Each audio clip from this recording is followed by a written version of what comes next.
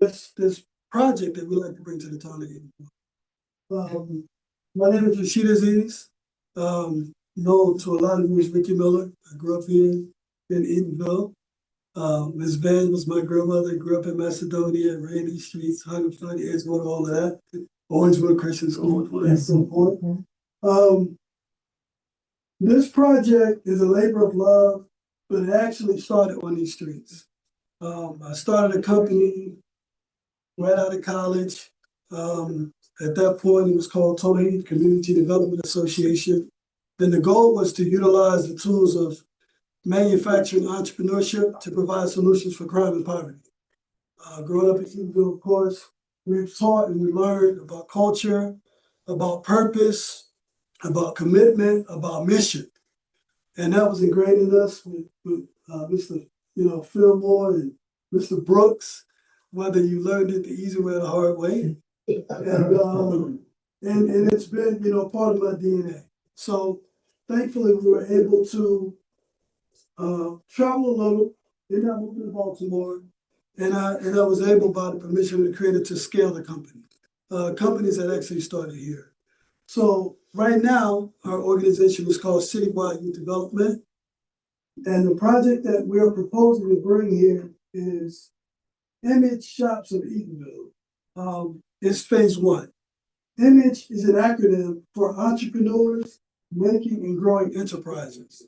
Again, our mission is to provide solutions for crime and poverty through utilizing the tools of manufacturing entrepreneurial skill and creating economic development and vertically integrated businesses, right? So that we can build and scale community, right? Creating an economic ecosystem.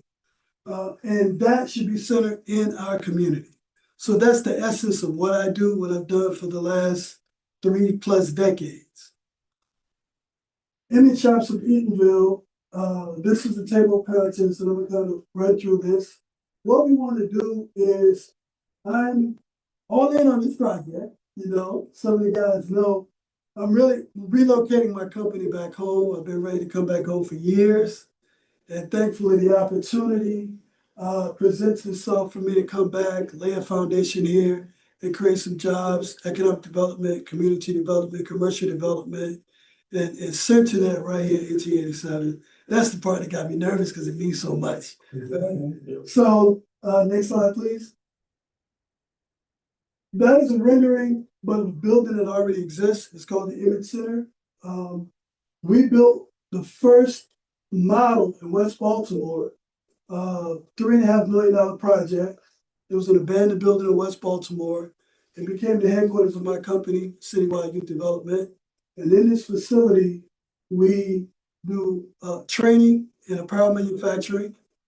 We have multiple social enterprises. We have a retail incubator for other entrepreneurs in apparel and accessories. And we also product that we produce and manufacture is called Frozen Desert Sorbet and ice cream. I was blessed to be able to attend Penn State University in their world-renowned ice cream production facility and take some classes there and learn the art and science behind manufacturing mass-scale ice cream. Next slide, please. That facility we have right now 12,000 square feet is the headquarters for our facility. And in that footprint, we're looking to expand another 35,000 square feet. This is going to be on pause because I'm coming home to build first and might not get to that, hopefully. What I'm looking to do here at the Image Shops of Eatonville, and that's just a working title. It's nothing that we've kind of married ourselves to at this point, but we're looking to build retail, an outdoor shopping village that will consist of retail, food establishments, a kids play zone, and a stage area for live music events, plays, etc., sporting events, etc. So we'll go stage and screen. Next slide, please. That's the rendering of our facility currently. Had to bring some of Florida to Baltimore, so we got all the tropical colors there. A little about our company. Citywide's goal is to utilize entrepreneurship and manufacturing That's crime prevention, poverty eradication, and community revitalization strategy. Citywide has developed several pathways and strategies to engage opportunity youth to facilitate inner-city economic development. And lastly, Citywide Youth Development has created a concerted and realistic economic strategy focused on social entrepreneurship, workforce training, involving manufacturing and enterprise development. The necessity and real opportunity is to create income, wealth, opportunity, and hope by harnessing the power of opportunity youth, their creativity and ambition. So initially our organization, and even when I was here, we focused on 14 to 24-year-olds around our programming, but that's since expanded, beyond that age range, especially if you're talking about incubating entrepreneurs. A lot of them are adults, 30s, 40s. So we kind of have a wide range of a population. Next slide, please. This is a rendering of this concept. The footprint of this space, again, it's an outdoor shopping village, a de facto town center that we like to create. We know we have visitors coming to Eatonville all the time. And beyond the temporary events that we have, the tents end up folding up and leaving, and nothing left of our essence and who we are. And so that always bothered me. Growing up, I worked with the first Zoras, and I hated to see the people leave because it was like that energy and that feel and that excitement of who we are, the town that freedom built. And then they folding their stuff up, grabbing their goods and services, and they out. And then we left with what we see. And what we want to do here is create a temporary space while we look for real estate to build a more permanent home. Right now, we want to focus on the shops, which will be a gathering for the local metro area. Of course, the local residents here, tourists, they come in, they'll be able to come in and shop in this village. We are talking with what we're requesting from the CRA to build this is to have site control of the lots. And we've also communicated with several other landowners in the periphery and have garnered tentative agreements upon the approval here for us to secure and be able to deal with any municipal issues that might come about, such as parking, etc. And so we have verbal agreements with a few of those landowners in play so that we can be able to address any issues that are needed to be able to pull this project off. In this footprint, again, this is some renderings of it. We're looking at building nothing permanent, probably will last 2 to 3 years while we work on a more permanent site that we're looking to build here in the town. But in this space, we're going to build 120 square foot boutiques. Some will be customized for jewelry, for baked goods, for food establishments. We probably will, on the footprint of the property, have about 15 of them situated throughout the property, similar to what the rendering is showing. There'll be a store for the town in one of those shops where people can come, when tourists come, they can grab t-shirts and trinkets and all of that type of stuff. But we also will use it as a space for entrepreneurs, an incubator for entrepreneurs that are focusing on manufactured products. And the reason we focus on manufactured products, whether it's Bath and Body, whether it's jewelry, whether it's manufacturing purses, etc., is because those are things that we can scale. We're not talking about items that anybody can buy on TikTok and they can get anywhere else. We're talking, again, the whole essence of this is the authenticity of Eatonville, but also the authenticity of those entrepreneurs to have an offering that we can build an ecosystem behind and be able to scale. Right? We want Eatonville to be the home of this manufactured item, that manufactured item, and this manufactured item that eventually are going across the globe. Right? We have to have an economic ecosystem. For the city of Orlando, it's tourism. Before that, it was citrus. What is ours? What do we make money? What is Eatonville known for? So for us, that's a hard question to ask, especially for me. I'm in and out. but ask yourself, what are we known for, right? Beyond the historical, what product, what service do we offer not only the community, but outsiders to come in that they can only get exclusively here? We want to bring and be a part of that narrative, right? To show proven models that work. We were able to create a proven model that worked in Baltimore quite successfully and breaking a lot of people's hearts that I'm even down here right now because we were really blessed to, be transformative. I mean, everybody here, Baltimore, Freddie Gray, The Wire, all of that type of stuff. But what a son of Eatonville was able to do in that community, there was never an economic development center in Baltimore. We were the first to build that. And so in order to continue expanding that vision, I'd rather expand that vision and execute it, at home. So in this space, we have the shops, and I explained a little bit of what are going on in those shops and what our rationale behind the manufacturing locally. The food court, giving food entrepreneurs an outlet for distribution. So we're talking some of those in that food court that'll be there will be a pizza and pasta shop, a breakfast place. We have covered seating. You'll have a dessert shop. You'll have a sandwich and salad shop, and then an outdoor grill for grill and fried foods. The other component, of course, is the stage area with the large video screen, live music events for you to do various activities. And something that we did quite successfully in Baltimore is behind my building, we pretty much have a city block is our property. So behind that building, we built a park. And in that park, we created a splash park for the youth of Baltimore, which again was the first of its kind in the city, where we had inflatables. It was all an inflatable park, something we can, we took down every week. And it's 20-foot tall slides, 50-foot long obstacle courses. We spent quite a few dollars, right, on the best equipment possible to do that. But it was an excellent addition to creating that family environment. And it absolutely was a knockout. We call it the Image Oasis Splash Park there in Baltimore. So that'll be a component of this. And we are working with some local artists, Lemus. He designed some stuff for the Orlando Soul, I believe, the soccer team, helped curate and create their logo. He did some stuff here, I think, around the Zorro Wall. And they're going to create, keeping in tune with, the town that Freedom built and the cultural theme of Eatonville.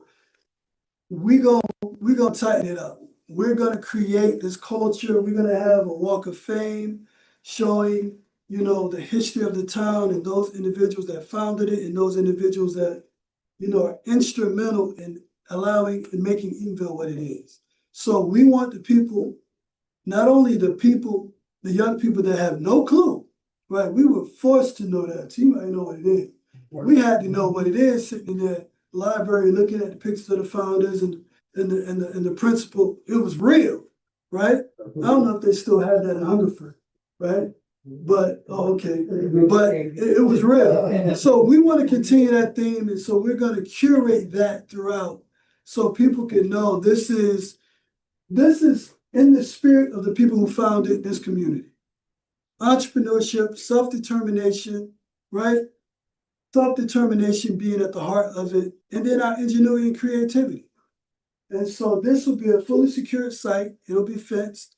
The footprint, again, it's probably now with the additional land acquisition, will be about 30,000 square foot. So it's going to be a pretty large footprint. We probably would look like we're going to be able to create 4 to 5 dozen jobs and about a dozen or so opportunities for entrepreneurs to participate in the project. Next slide, please. So old photos, brief history, I'm not going to go through all of that stuff, but the top right is 1996. We had liberated a little shopping cart from Eckerd.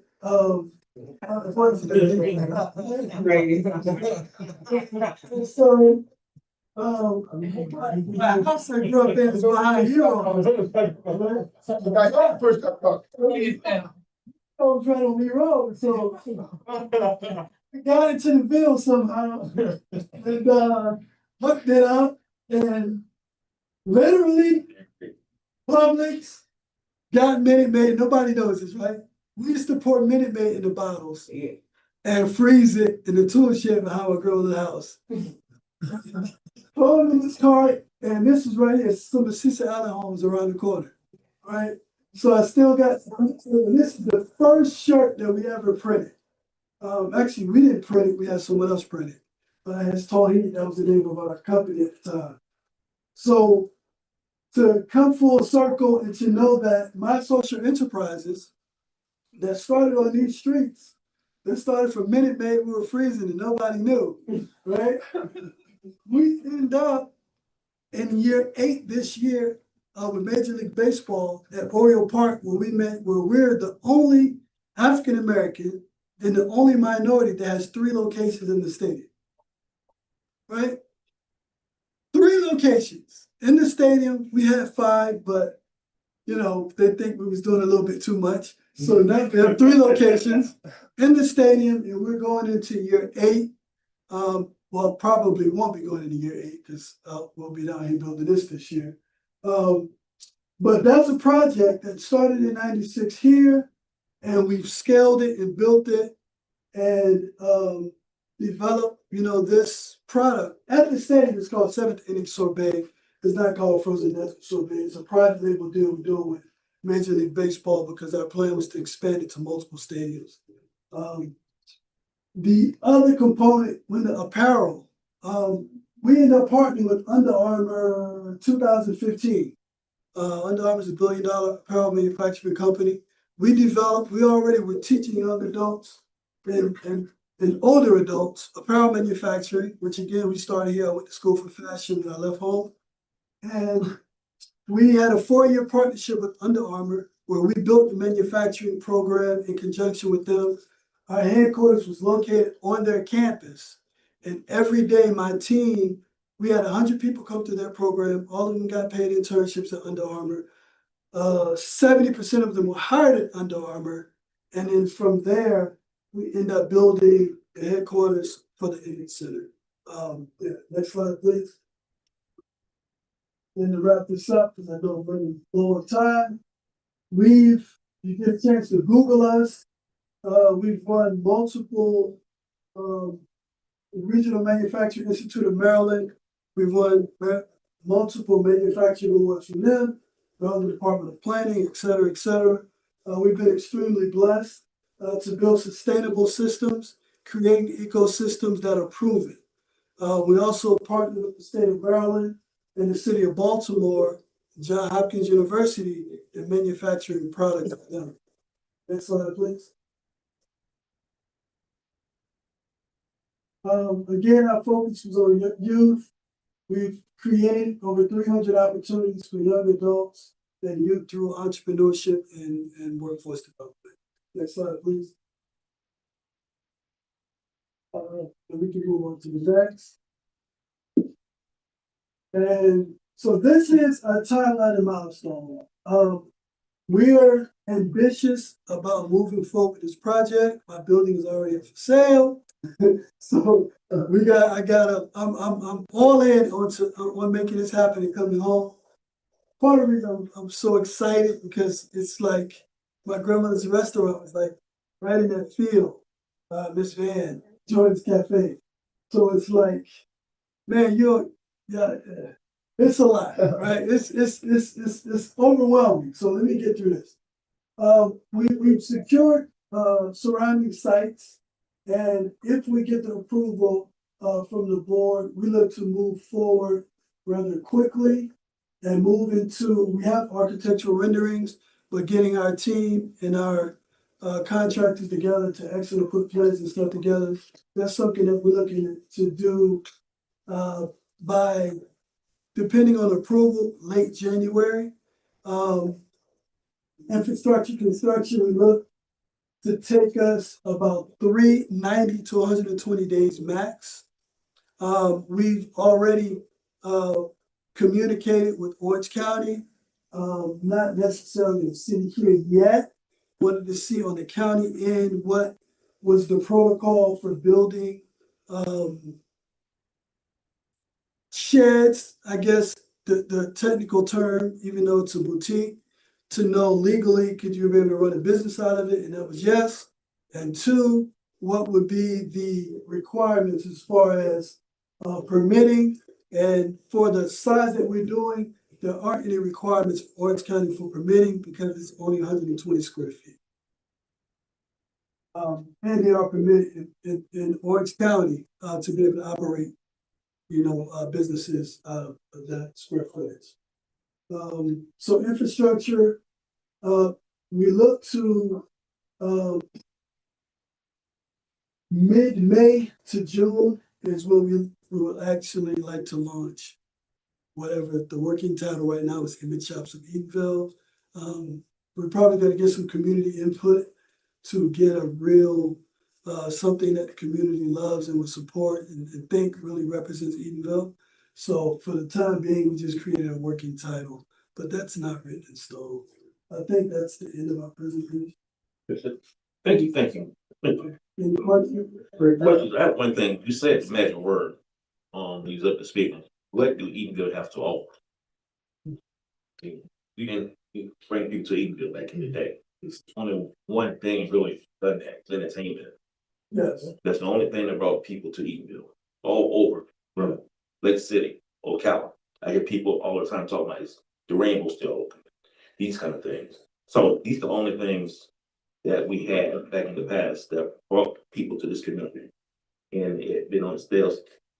It's on the download now. Not download, it's just nothing going on. Yeah. And that's something we need to bring back. We have the night market, we have event that goes on quarterly, we have the other once a year events we have going on. But this is something we need to bring so people can come in, walk down the street, drive their golf cart. We have a golf cart.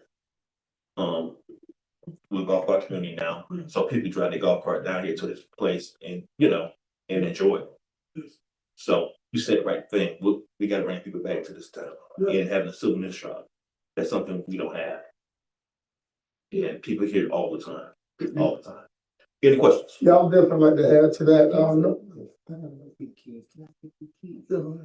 I don't have a question. I just have a quick comment. Thank you, Direct back. I appreciate you. So what stuck out to me was the community engagement, and we are aware of how important that is with all of what's going on in Eatonville. So I think that if this is something that we want to incorporate into the community, then having that input is extremely important. And then having that input kind of exposes them to this as well. So it is not just a marketing tool for the town to outsiders, it's a marketing tool for the insiders as well.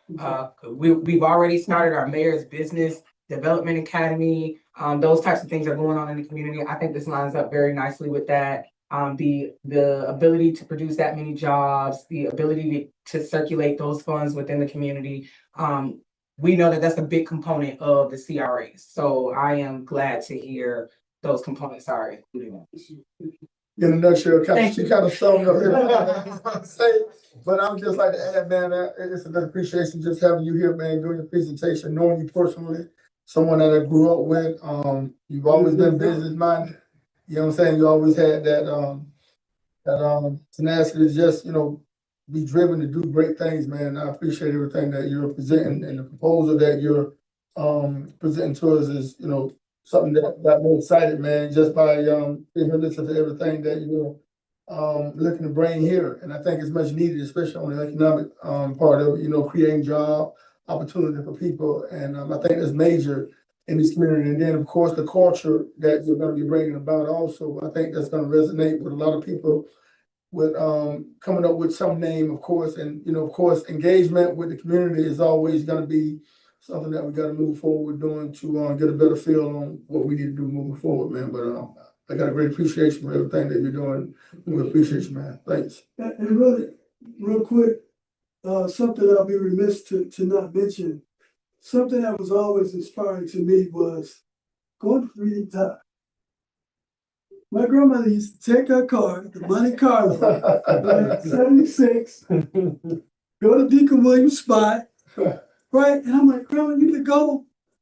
And she's like, we have in our community, right, these resources. We got to use the resources that are available to us in our community and support those that support us. And so, you know, we went, well, a lot of y'all know me personally, through the highs and lows.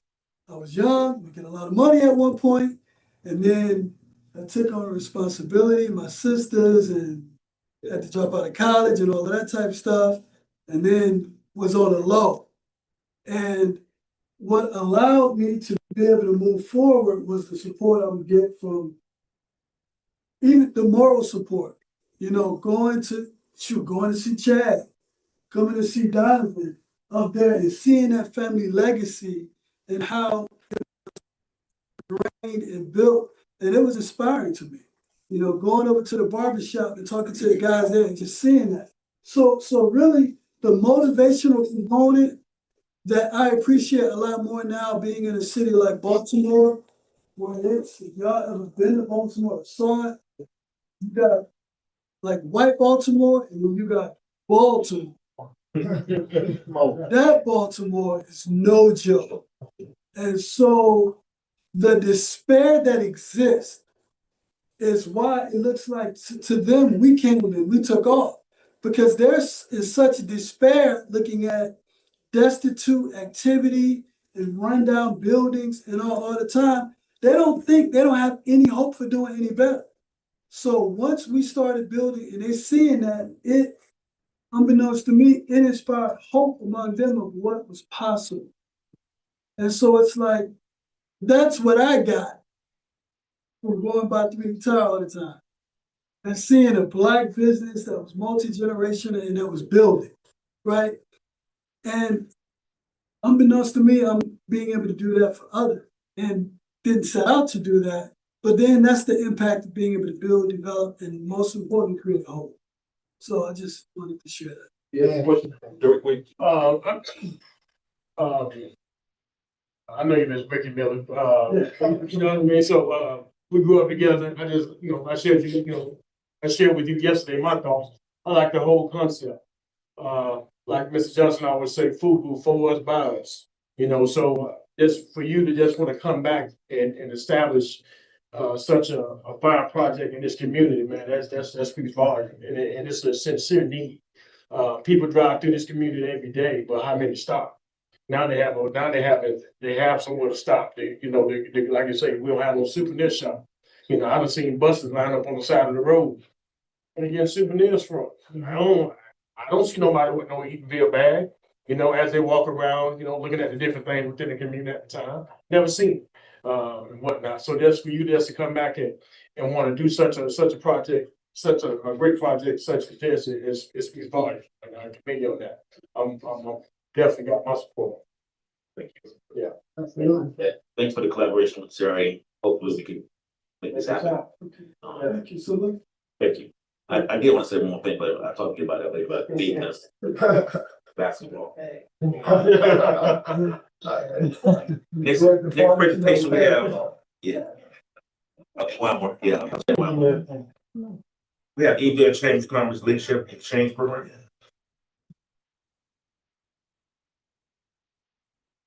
Good evening, everyone. Hello. Director Johnson, CRA Board, Community Partners. And I can attest, I am a little nervous up here today. Haven't spoken in a minute, but I'd like to talk about our Leadership Exchange Capacity Building Seminar for established nonprofits. This seminar is designed specifically for nonprofit organizations that are already operating and are ready to strengthen their leadership, systems, and long-term sustainability. The seminar courses are grant writing for nonprofits, financial management for nonprofits, fundraising, marketing for nonprofits, attracting and retaining volunteers, building an effective board, excel in PowerPoint essentials, strategic planning, and ChatGPT and AI. The reasons why I chose these classes is because speaking to different nonprofits, these are things that I found that they need and are not aware of, and how to attain the training at an affordable price. I went over to other organizations that offer these programs, and most of those programs, even when they give you a scholarship, you still can't afford what's going on. Members pay a certain fee, and if you're a non-member, you pay an even higher fee. So I thought, since we had already done the Mayor's Business Academy, that we could continue and meet some needs of our nonprofits in the community. I've also spoken to nonprofits that need assistance with board membership and obtaining volunteers. So I thought this was a great idea to add this into the class also. And what I want to do is talk about the facilitators that will be speaking at the classes, so that you know that we're not just throwing something together. We have some viable, credible speakers that will be facilitating. And I was so excited because I put the calls in and immediately people said yes, and some people volunteered. As you can see, some people volunteered for 2 classes to facilitate. Felipe is a nonprofit executive candidate for Florida House District 42, CEO of Hope Community Center in Apopka. Lee Perry, some of you may know her from Florida Ride. She's a campaign manager, podcast host, nonprofit consultant, climate activist, and administrative aide for Commissioner Kelly Simrod. Ashaya Williams is a professor at Rollins College, social entrepreneur, health wellness coach, community builder, and Boston marathoner. Yvette Anderson is actually the CPA for the chamber and our other nonprofit, which is the Community Nook. And she also has a nonprofit. Ebony Davis Martin, health educator, podcast host, DEI liaison, nonprofit founder, and CEO. Kendra Moore is a financial coach, ChatGPT instructor, healthcare industry market research. Lastly, we have Lua Hancock. She's a nonprofit specialist, strategic planning and leadership, Catalyst, Ginsburg Family Foundation, higher education specialist. So as you see, we have some good stuff coming out to teach our nonprofits some of the things that they don't know or are not aware of. And what we've asked our nonprofits to do is to provide their profile. I'm sorry, got myself mixed up here. We asked our nonprofits to provide bios and headshots so that we can introduce them, and they will also submit their PowerPoint presentations prior to the classes starting, so that the students will have a copy of the PowerPoint that they can use at a later date, and those PowerPoints will remain with us so we can use them also if we want to host another training class. Beyond education, this seminar is intentionally designed to foster connection and community engagement. Participants will have the opportunity to network. The last hour of the seminar, we will invite the community in and do some training with the actual participants so that they get to meet some of the community builders and maybe be able to choose some people to volunteer or be on their boards. So the goal is to match people up with volunteers and board members, because most of us nonprofits are always looking for board membership, working board memberships, not people that's just filling a space. So in the class, you'll get to know your other peers also. So you may be able to choose a board member from your actual class or from the community that will come in, community members that will come in and sit with you and get to know you and see if you meet the needs that they have. Thank you again for your interest in the Leadership Exchange Capacity Building Seminar. We appreciate you for listening to our presentation. Thank you. Good job. Ms. Wilder has another, and you can stay up there. Eatonville Chambers, 225 West Kimberly, proposal.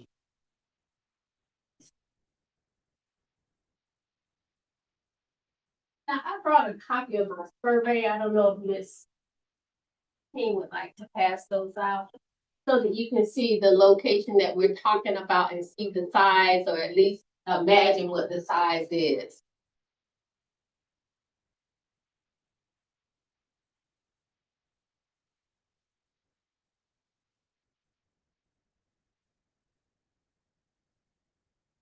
And we do want to thank you for allowing us to present this land lease purchase agreement for discussion.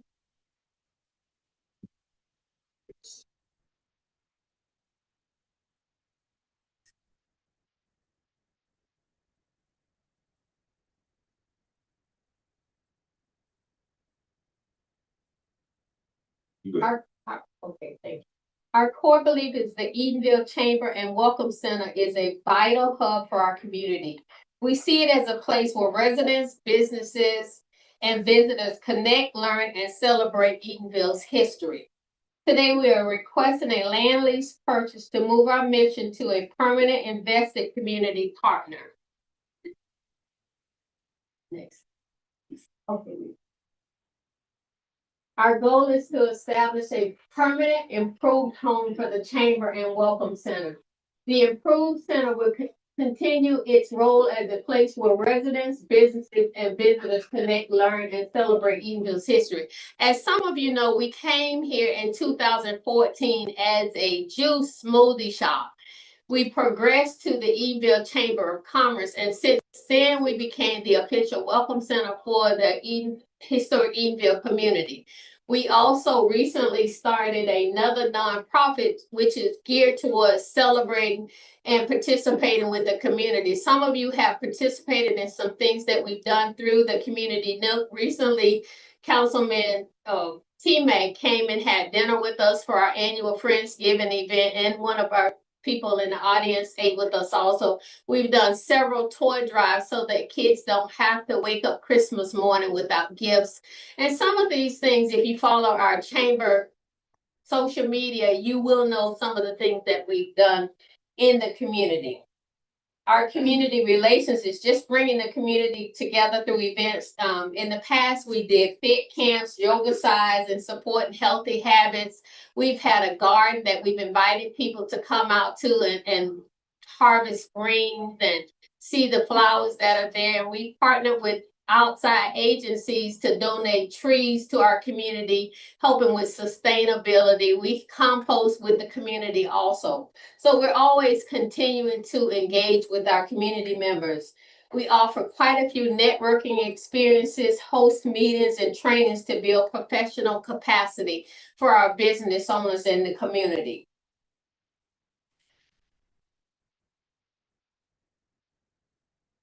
I'm not telling you to advance, am I? This is why the lease to own is critical for us. I believe that we're outgrowing our building and we need more space. And we'd also like to update what our building looks like so that we can continue with the pride that we feel talking about the Eatonville Chamber of Commerce. But we'd also like to have a building that fits the work that we're doing. And the property next door would work well for us expanding the building to make the Eatonville Chamber Welcome Center a bigger building, and also be able to talk about historic things, sell items in there, and different things that other welcome centers are already doing.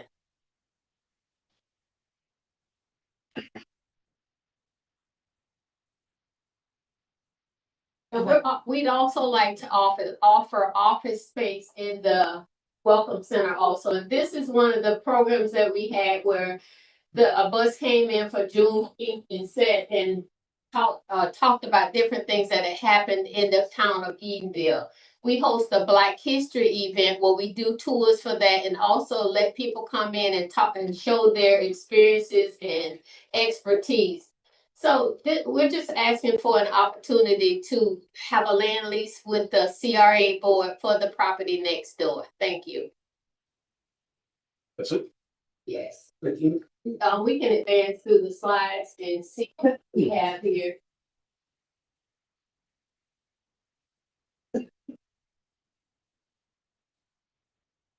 to do that. One thing I like to say about the chambers that definitely do a lot of events. I attended a lot of those events, Toastmaster classes you did on there. I was there when you did the juice.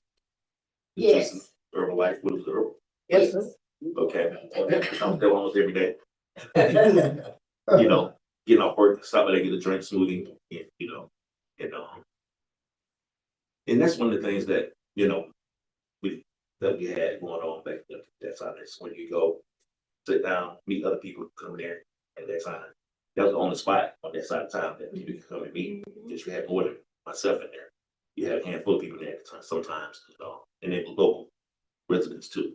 But yeah, it's definitely be a good collaboration with Chambers and CRA to do something with that property, something positive. So I'm definitely supportive of making that happen. Yes, I definitely couldn't agree more. I just, appreciate everything that you guys bring to the table, especially when you're dealing with entrepreneurship and, things of that nature. You guys have collaborated with so many different organizations within the town, outside of the town. You're very resourceful when it comes to just showing the mannerism of just showing that you want to help. You know what I'm saying? And that's why I'm a big advocate of, just making sure that I'm helping you guys in any way possible, especially with something of this nature right here, which is something that's much needed. You know what I'm saying? I think it's time to grow out from that building anyway. You know what I'm saying? Like you said, you kind of, grown to a level of, doing things a lot more broader now. So we want to be able to help you guys out in any way possible to be able to fulfill the needs of doing everything that's going to be helping you guys to continue doing what you're doing. And like I said, I just really thank you and your team for everything that you guys do. And I'm looking forward to having a more successful community with the help of you guys. So thank you for everything. I just wanna, thank you for enlightening me for all that you all do, cause I didn't, I knew about the smoothie, I knew, some things, but I didn't know y'all did so much. So thank you. We actually have a pantry running right now. Okay. We had a clothing drive. We do a lot of community oriented events because I used to be in Sanford a lot, and what I realized from their former mayor was that if the community is not involved, the businesses can't survive. We do a lot of sustainable things and we want to grow in our building. And some of you may know I did not have nonprofit experience when I first came here. So I've learned as I've gone and grown, and we're continuing to grow every day. Yeah, and I think also the Toastmasters that you guys had, I think that helped a lot of people, especially when you've been a public speaker and you're just speaking, daily or whenever. I think it really helped. And because it helped my nephew actually, because he was actually the youth he was youth of the year. And then he went to the level of being Central Florida Youth of the Year, and he almost won Florida. He came in second place. But with that being said, it helped him collaborate to a point of just being a Marine now. You know what I'm saying? He went to college first, and then he did it his way.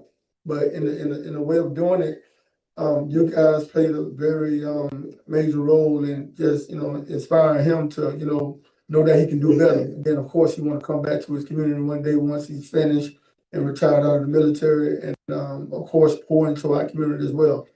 Everything that's going on tonight is much needed. You know what I'm saying? With the presentation from Ricky Miller, Rashid, someone that I know dearly, and I know he's always been business minded, and then with you guys doing what you do on a daily basis, I think we need to definitely spread, the wealth to everybody and get everybody involved with all the different courses that you're gonna have. I know people, by you just speaking about it, I know people that I'm gonna call and be like, hey, listen, we got these courses that you need to come and take advantage of, and that's gonna help us grow to a level of no return, because we gotta do something in this community. You know what I'm saying?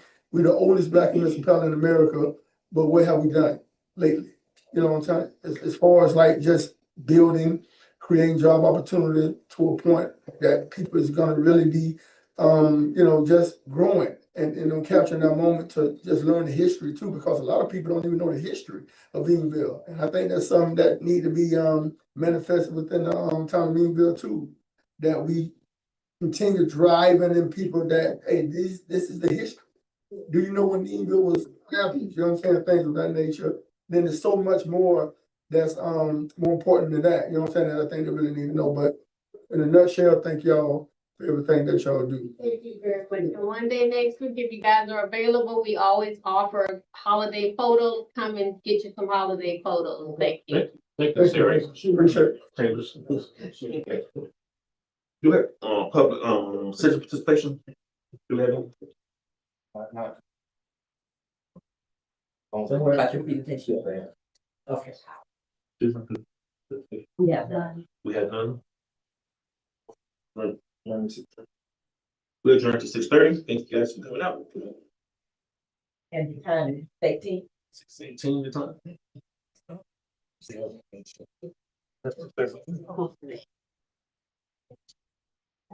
No, I'm good.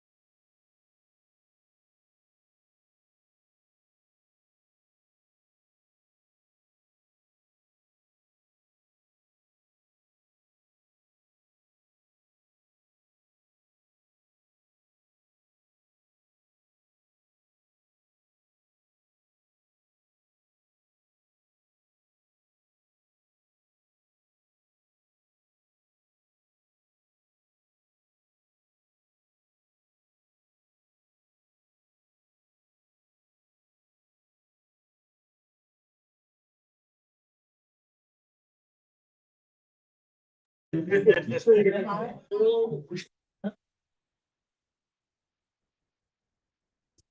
the historic town, Eatonville, CRA board meeting, Thursday, December 18th. What time yet? 6:30?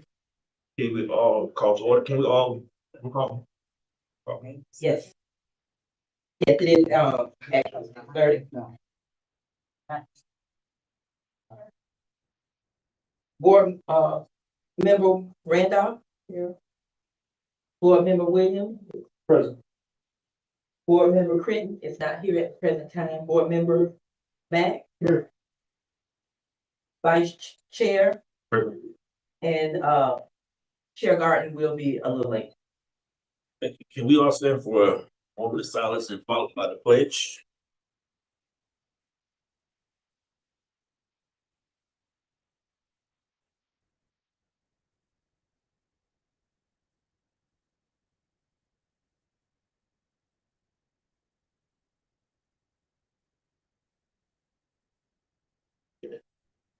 I pledge allegiance to the flag of the United States of America, To the republic for which stands, one nation, under God, indivisible, with justice for all.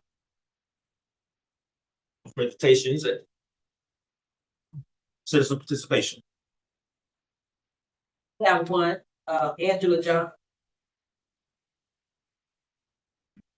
Good evening, Executive Director, Board Chairs, and board members. First, I would like to appeal to you, and if the attorney could potentially weigh in on this. I sent an email requesting some information. I got a response email that was not subject to public records. All of you were copied on that email. And then I sent a subsequent email to tell me what is out of those requests, what is and is not subject to public records. So I'm still awaiting that. Some of the basic questions that I asked you as board members, and this was regarding the selection of Mr. David Smith, owner of Next Tier Builders LLC, to construct the homes on 119 Southwest Street. I also want to ask, did the board approve a contract for this company, or is this person an employee? So by resolution, did the board approve a contract? And if so, what is that resolution? Some other questions that I have this evening, as I can quickly make it through it, is when we're looking at the terms of the payback of the line of credit, and help me understand, and hopefully the executive director will respond to some questions tonight, because each time he does not respond to me publicly. And this is just a question. Does the terms of the payback for the line of credit extend beyond the sunset of the CRA? And if so, how can you as board members approve something that may go beyond the sunset of the CRA, which is set for 2027? Before you tonight also is an item to award merits to your CRA employees. A total amount of $7,500 with no more than $500 to each employee. If I take $7,500 and divide it by 500, unless my math is wrong, that's 15 employees. I wasn't aware that CRA had 15 employees. So instead of you simply approving a consent agenda tonight, unless you as board members have been privy and provided more documentation than us as residents, I would appeal to you to move those things down to discussion.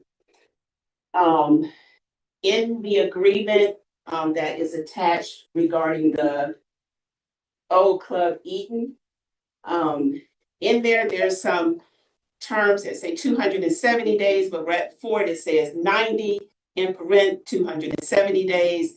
So those are on pages, I think, clause number 2, clause number 3 in the contract that is in your packet. Again, unless the attorney and Mr. Johnson has made changes to that, it seems like there's some contradictory in those items that are listed.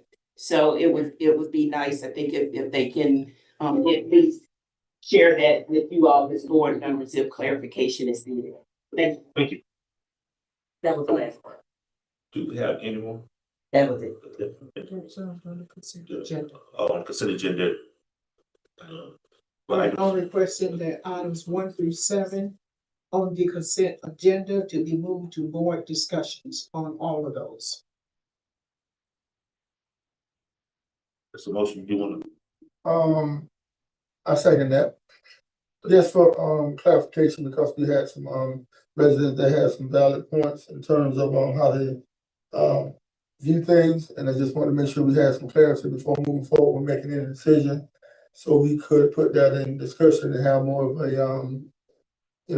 talk about before moving forward. So for consent, for the agenda cleanup, we move all these two decisions. Discussion. Discussion. They need to be- Decisions. they need to go to discussion. Discussion. Discussion, that's what she I mean, said. decision, I'm sorry, Decision. decision. You go Because to they're decision. decision items, not discussion items. Yeah, You can discuss them. Right, Or that's you what make we're a gonna, decision. It's that's decision. right, that's. So we're moving on to the decision items. Yeah. We'll go for it. Okay, number 1. Vice Chair, can you close out the motion? We had a second, but we need to call for the question. Question. I second. He seconded, all in All favor? in favor? Any opposed? Opposed? That's 3. Yeah. Okay. Okay, number 1, group of resolution, CRA 2025-48, the financials. Any questions on those? I have questions. I guess there's not much of a preamble to be read, is it? This has to be read. The preamble needs to be read first. You want me to go ahead and read that? Read.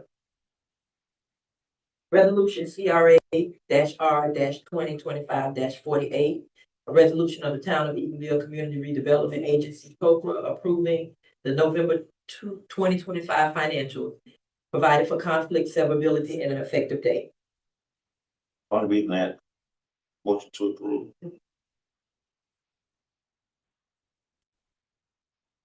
Did you just put a motion on the floor?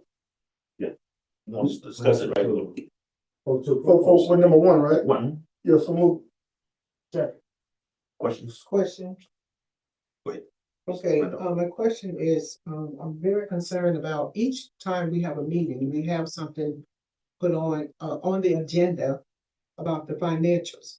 However, when you look on the reports that are given, I had brought this up before.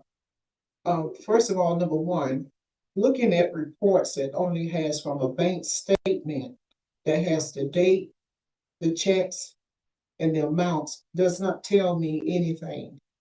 It needs to be more explainable on the correct documents that are used for reports. And that is that we need to have either a check register or something that shows the date, the amount, to whom that check was paid to, and the purpose of it. And that needs to be presented to the board in much better accountability manner, so we can be very transparent. This has been brought before, and I see that we have not made any changes to clarify where the money is going. We see on the documents where the money is going, which is great. That's fine. That's what it should be. But as far as here you have about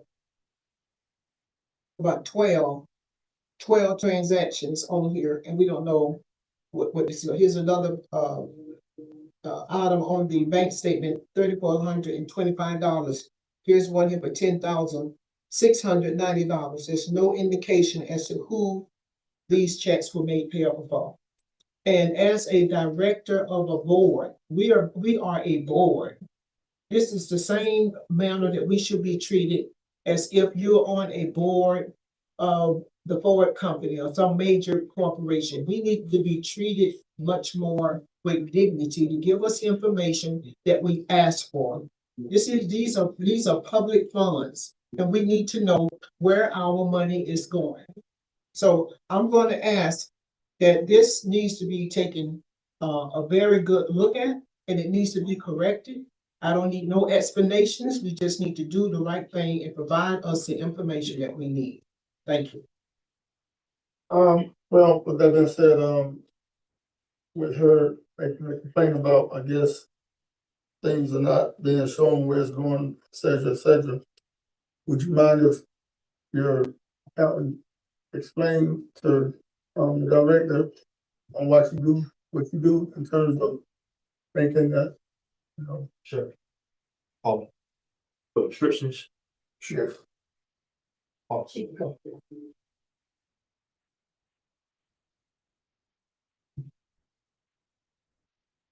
Just give us a layout on why you do what you do and why it's done the way it's done. Once you have that understanding.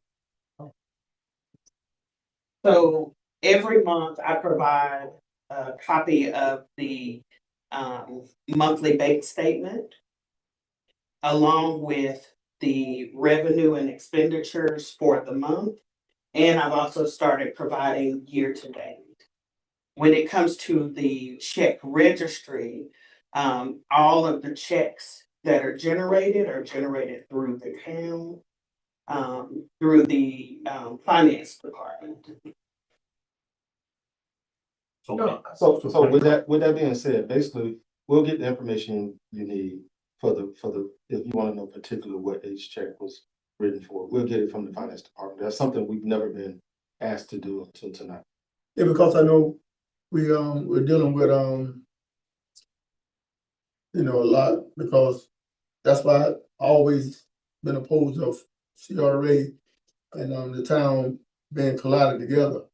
It's two different entities. So that's where the problems are gonna always erupt, because we should really naturally be on one side and the town should be on another side instead of doing this interlocal agreement. I've never been in favor of interlocal agreement because of things of this nature right here. And as long as we're doing this, it's gonna continue being a problem with people having, you know, a say so on, you know, why it's done this way or why it's done this way, you know what I'm saying? Because you're dealing with the town finance and, you know, you're trying to give your pronounces of how you want to present it to us.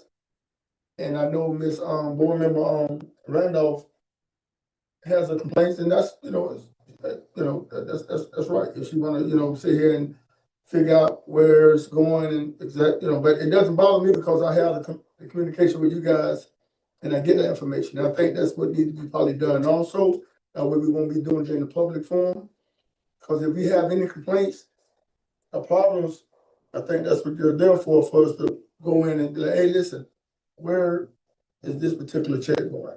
And I'm pretty sure you've always told me that it's going for here and for whatever reason. And I think we just need to do a better job and just, you know, communicating at the end of the day and not to undermine board member Randolph, but I think for best practice, we just need to better communicate with you guys before coming in the public forum like this.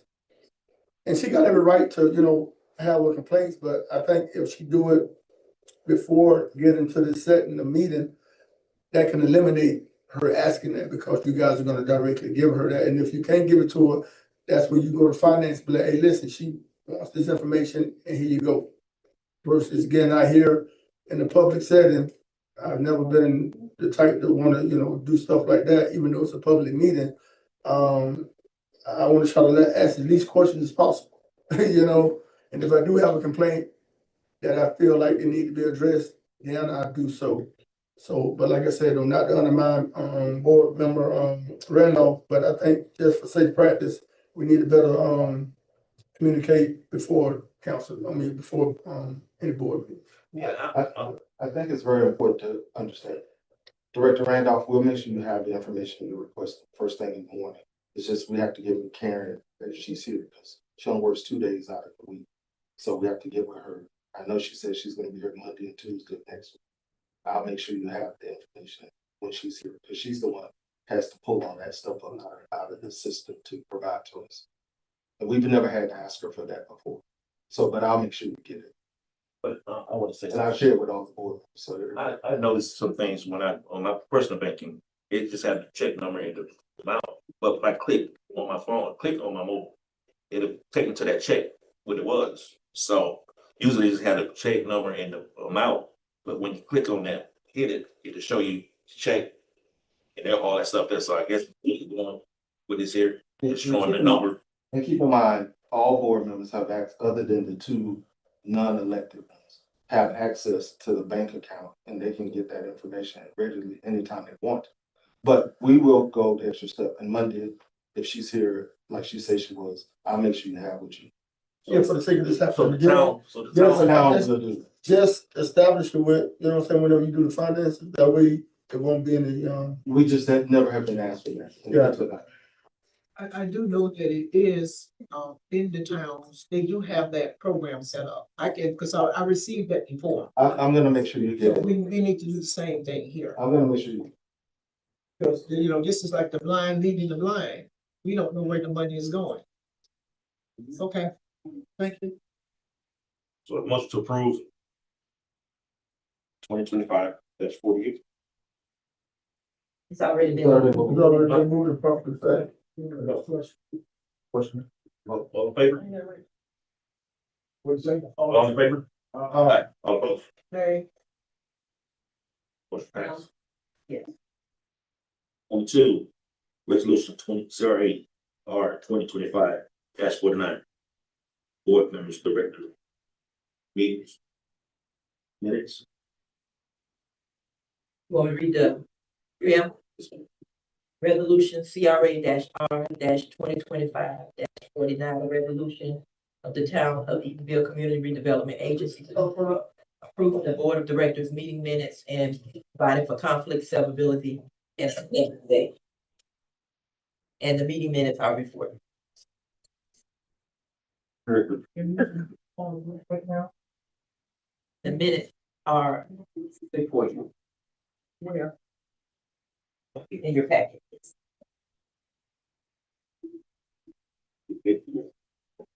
Right behind it on finance. I don't have the minutes. It's on your phone. So now, Yeah. I share one more. Sure. Chairs. You late? Yes. No. Back. Good. Back at. Yeah. Should be on down.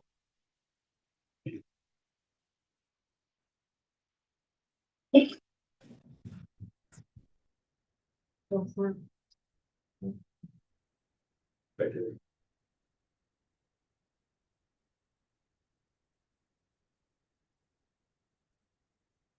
Chairman Red, motion to approve.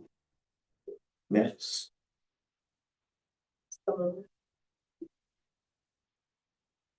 question, Wait a second. Second questions? I have a question. Okay, now, I haven't, because I'm just getting the minutes tonight. My report these minutes ready and available ahead of time. As indicated in the packet, that the minutes would be provided to you prior or during the town meeting. They were sent on the email today and they're provided to you in the physical copy. If you want me to read it into the record, I can do that as well. Or we can make amendments at a later date if you find that amendments need to be made. Any more questions?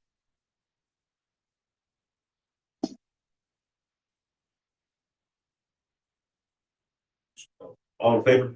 All opposed? Nay,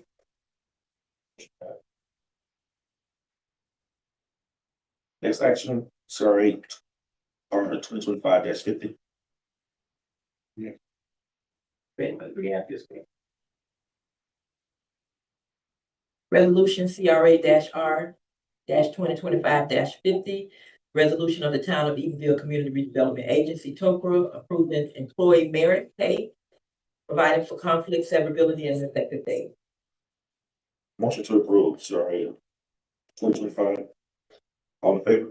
All right, hold on, you gotta move it. Motion, move.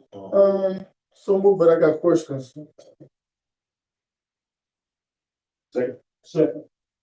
Questions? Yes, question, okay, I know we, of course, I had an opportunity to look over the merit pay for each employee. I also understood that we had a resident that well, a citizen rather, that had some questions and complaints about, I guess, how it was done and how it was presented. So if we can again kind of explain to the public on how do we get to this number that we're getting to as far as 7,500. And like she said, if her math is right, that would equate to 15 employees. Let me, it's, I guess that's the line balance. Does it mean they're taking all that up, their line? It's not gonna be It's just the balance of the line. 7,500, is it? That's the balance in that. The resolution clearly states it's up to $500. It's 75, that's nowhere in this resolution. It just, is that's what's in the line item of that. The So it's coming out of- 7,500 is the balance. There's no mention of 7,500 in this resolution. It's just said down at the bottom, it's just in the It's line. on the item. cover sheet. All right, for the sake of clarification, I would like for the finance to get up and explain how do we get to the merits that we got to before moving forward. Actually, that would come from me, not. All right, if you can get up and start explaining to us. Sure. If you recall, during the budget cycle, both the town and the CRA, not me, our staff did not get a raise. But you provided a raise to the other employees. Instead of asking you to give them raises, I just asked for a merit pay increase based upon their employee evaluation, which is in HR's office. So they got all the All evaluation. that was done. Okay, and it's to your discretion, the pay that you're giving out is something that It's you my said, recommendation. you're satisfied with. Yes. And I can definitely vouch to that because you're the executive director, and I'm pretty sure you're gonna do what's right in terms of, dishing out whatever merits you feel like your employees are rightfully deserving of. So And keep in mind, it's only 3 employees. yeah, that's all I need to hear. Question here. I have a question.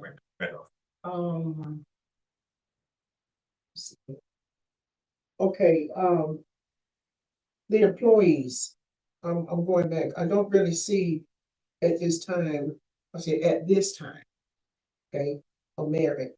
It's because none of your employees have been here for more than a year. Other than, what's the young lady's name that called in? Chanel? Just one employee. This is not based on. No. Let me finish. Okay. Let me finish, okay? Okay, I look at basically, what I feel, what has been done, and I look at what we have done. We haven't even built a house yet. We haven't done much of anything that much, to say that the employees justify a merit increase. But what is the merit increase based upon? To you, it's based upon one thing, but as a director, to me, it means something else to me. So you're saying that all the employees have already had an evaluation. Okay, and those records are what, with town HR or, okay. And when I look at the wages of the CRA employees, which you have part-timers, their salaries are almost equivalent to full-time workers working for the town of Eatonville, and they're on a part-time basis. So, I mean, something as simple as a couple of transactions on the finance is at $40,000 a year on a part-time, and you have people here that's not even making $50,000, and they're working all day long, 8 hours a day, 5 days a week. I just don't see that at this time. I mean, you will have to provide some reasons why they would need a merit. A more detailed explanation why they would deserve a merit. That's just my opinion. And you got employees who haven't even been here a year. Nevertheless, barely just made it 6 months. So I don't see any programs that we have done that merit a raise for anyone. And that's just my feelings. That's my opinion. And it says here that the I guess the line, what is that line? the balance on line $7,500. That's the line item that's in the It budget. says miscellaneous expense. Right, is that? So you're That's the talking line about item. taking $1,500 of the miscellaneous expense. Up to 50. Up to 1,500 How out of that much? line. How much? Up to $1,500 out of that line. And the reason it's a merit and not, I'm not asking you to give them a raise. The merit is, I'm in here every day on the ground, and those people have gone far and beyond to fix a lot of problems that this agency have not addressed in 3 to 4 years. And just because we're not coming in the meeting and talking about it, they're doing that work. And there was a lot. I'm just gonna be honest. To get to the closeout for this cycle here, there is a lot. We just had to pay $9,000 in property taxes because nobody filed the exemption. We just realized since October of 22, nobody filed the renewal of our UEI number, which is required for federal grants to receive federal dollars, for any grants. None of this work has been done. There's so much more than that. Organizing the office to work in a functional manner has not even been. And they have worked diligently to bring that office up to standard. Their evaluations are in personnel. You're free to go look at them at any point in time you want to. And I'm only asking the board to give them a merit for their hard work of service. Thank you. Let me Go ahead, say Mr. something. Williams. I just want to chime in just briefly. As a board, we're the board. We don't, you take care of the day-to-day operation of the agency. That's his role, that's his title. So for him to wanna reward his employees a merit pay, irregardless they've been here 6 months up to a year, that's fine. I mean, I'm a business owner. I got guys been with me less than 3 months. But I give them an extra, it's the holiday, a merit, that's fine. That's just showing generosity for their hard work since they have been there. So for used up to, he said up to 500, that don't mean you're gonna get the whole 500, say up to. But sometimes we can come in here and be misleading as if 7,500. Like, hold on, 7,500, where'd that come from? That ain't what I read, you know what I mean? But I get it, I understand. But at the end of the day, Mr. Johnson is in control of the day-to-day operation of the agency. And I feel like since he's been back here, we have accomplished a lot. We have done a lot. So for us to sit up here and say we haven't done anything, I can't agree with that. I've been on this board before. Before that, we ain't do nothing. I'm echoing this thing here about raises, like we gave it to the town side. Yeah. When a new officers come in making the same thing, officers being 13 years, how that look? She make person came in the first day making the same thing, officer make 13 years. So how did that look for that officer that being 13 years? That he making, she making the same thing I've been 13 years. So we had that issue on that side. We know we had that issue. So it's just a merit raise up to $500. Where the $7,500 came in, it was. I looked at. Yeah. She has to announce that. I was in the middle. I was gonna do that when I finished talking. But that's one of the things we need to look at when people get raises or merit raises, and it's not a raise that's going on monthly on the check. So we can look at it both ways. Welcome back to the meeting, Director Critton. Thank you. Any questions? Yes, I just wanna one more time, on this behalf, I know we can't speak too much on the other side, but I know we had situations where we was up and down about merits and things of that nature right there, and we, gave them something probably a little higher than what is gonna be handed out for the merit. So I think it's in all fairness that we do the right thing, because we are in a local agreement. You guys gotta realize that and understand that. I don't like the fact of being in a local agreement. I don't, just being honest with you. But if you're gonna do something for this side, you gotta do it for the other side too.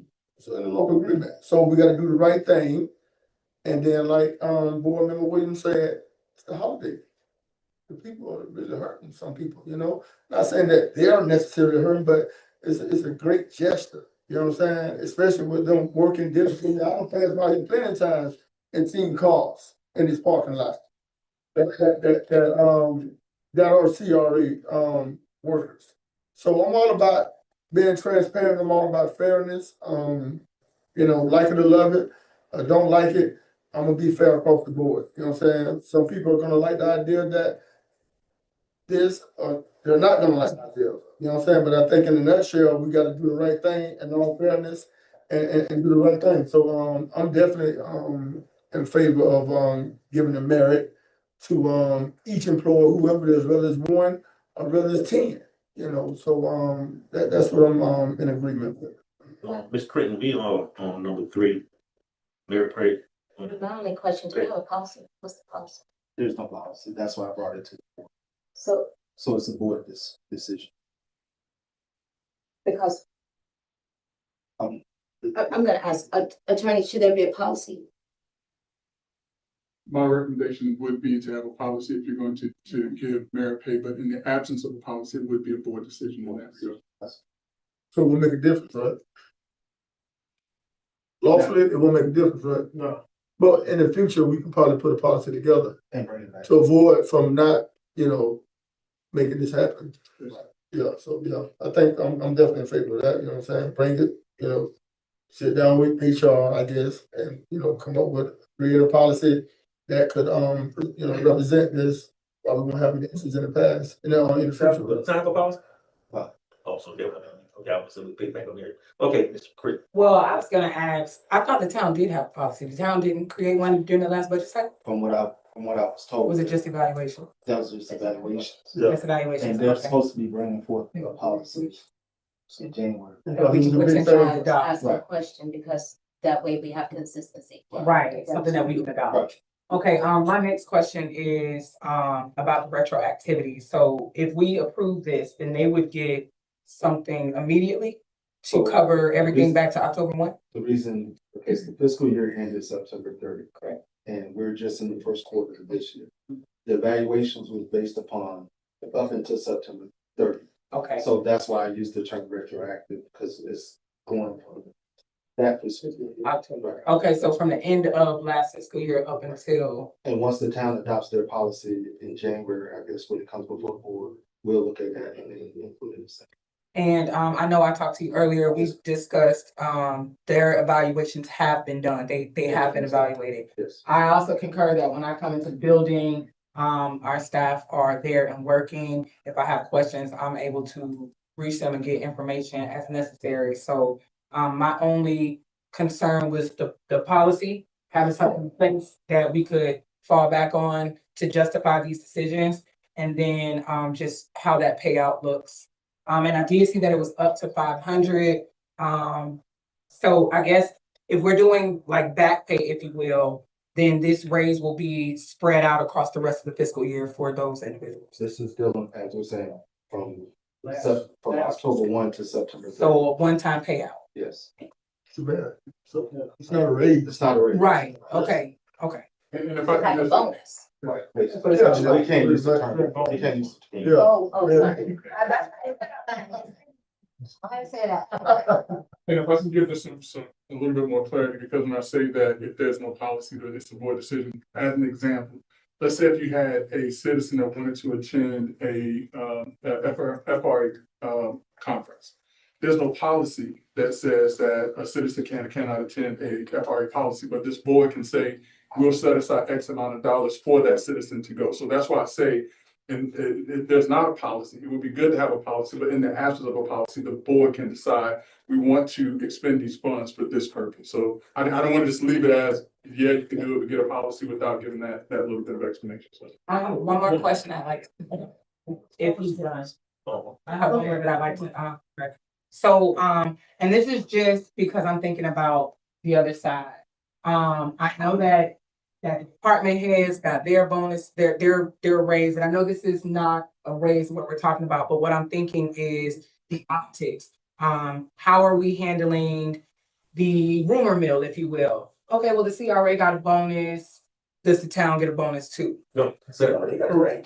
That's fine. That's more substantial. That's more substantial than a raise. Look, that's what I'm asking. Can we clarify now that this does not, I know we're a separate entity, et cetera, Right. optics. No, Nobody, so, somewhat, it's interlocal agreements that's throughout this whole process with. but does that CRA. affect our non-executive employees? Okay, so then it's just us. Right? In certain things. I don't want, I can't even really speak on it too much because, Cause I don't wanna mix. right, that's what I'm saying. Silver with Right. Tom Yeah, Eatonville, yeah, but yeah. I'm just asking for optics. Beneficial. Right, So the CRA and its comprehensive policy procedure manual does not have a very program. We do have to adopt that policy. In absence of that, that's why I'm asking the board to do it, because once you adopt the policy, it's gonna be automatic for me to administrate, right? So it wouldn't even come back to you during that time. I'm showing the respect to the board to give you the authority to make that decision. But to me, I think it's only right because we gave some pretty substantial, yeah.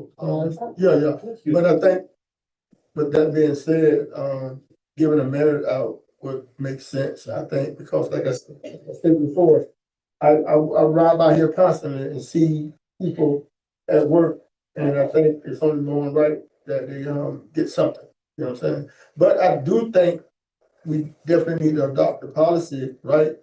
To put them in the equation of getting a raise probably next time, that way we can eliminate doing the merit, right? They just get a raise instead, if that makes sense. yes, it Because does. they're not getting a raise, so if we don't do the merit and they're not getting a raise, they get nothing. Yeah.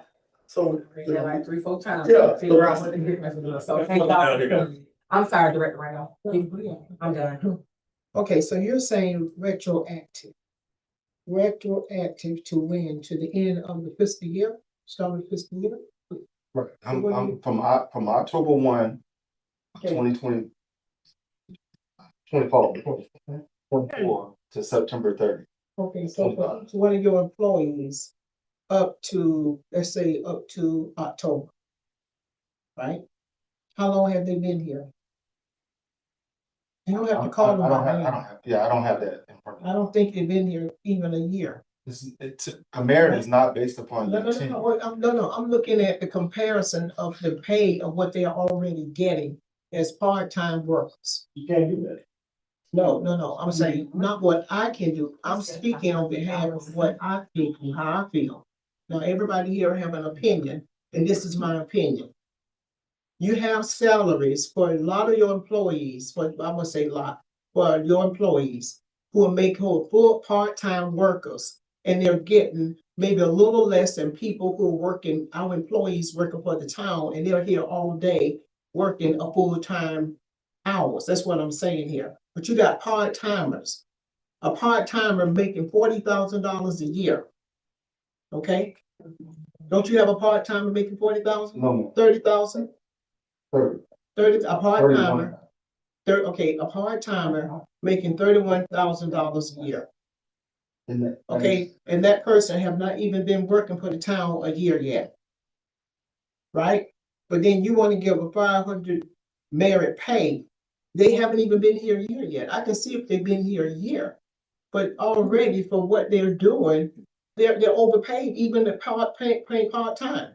Because it's not a lot to do. Not to convolute the situation. The merit pay is from October 1, 24 to September 30. It's not based upon how much time they spent in that window. It is for the performance during that fiscal year. That's why the question was raised. Was it retroactive? And it is. Because this fiscal year we're operating in now, that decision won't come until after the policy has been adopted and before the close of the fiscal year based upon the performance of that. Right? So we have a protocol in place and the board has discussed policy adoption. I understand your concern and I respect your concern and I just don't know how to answer your question that you raised. Okay, all right, that's good enough, thank you. Okay, that's it for the question. All in favor? Aye. All opposed? Nay. Next, we have approval of CRA R 2025-51, authorizing temporary lease of 3 and 349 East Kennedy Boulevard. Resolution CRA R 2025-51. Resolution of the Town of Eatonville Community Redevelopment Agency authorizing the executive director and CRA attorney the ability to negotiate lease terms with citywide youth development for use of vacant commercial property located at 343 and 349 East Kennedy Boulevard, owned by the Town of Eatonville CRA, providing for effective date. Good. All in favor? Motion. Put a motion on the floor first. Motion. Second with question. Questions? I'm sorry, who moved it? Second, good questions. No, go ahead. You go, ladies. Okay, all right, now, citywide youth, development, what type of business is this? I'm looking, it looks like it's a concession or some kind of entertainment session, vending, session, is that what this is? I'm sorry, I didn't. What type of business? I don't think she was here doing the. Oh, you missed the presentation. It's part of that presentation that's in front of you. Yeah, okay. Yeah, okay, what is it, an entertainment business or? No, this is a retail, Eatonville image shop, retail, micro business type venture. Oh, okay, are they licensed? Everybody will be required to have a business tax. No, I'm asking now, are they licensed? It's a Baltimore firm that's relocated here. Okay, but are they So they're licensed? licensed in Baltimore. Do they have a business tax receipt license Town of Eatonville? No, Yeah. they didn't. Yeah, okay, that's what I didn't know. Okay, so they don't have a state license, they don't have a county license, occupation business tax. He's Any trying of those. to set up his business, but it's dependent. Yeah, I understand. No, the answer is a yes or no. Does he have a business tax Tax for state? receipt for Eatonville, the county, or the state? No, he doesn't. Okay, that's perfect. Okay, so how would this help us as far as blank areas? So two things, my response to that is gonna be two things. First of all, this board has expressed the vacant properties that we have, putting them to use.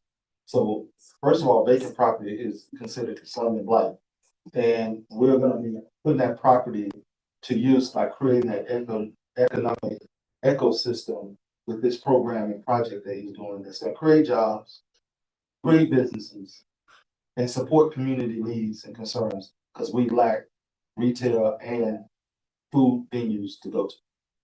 Okay, so how is this set up? Is it a mobile unit or is it a tent? The best way for me to explain it is they have it set up at Lake Eola right now.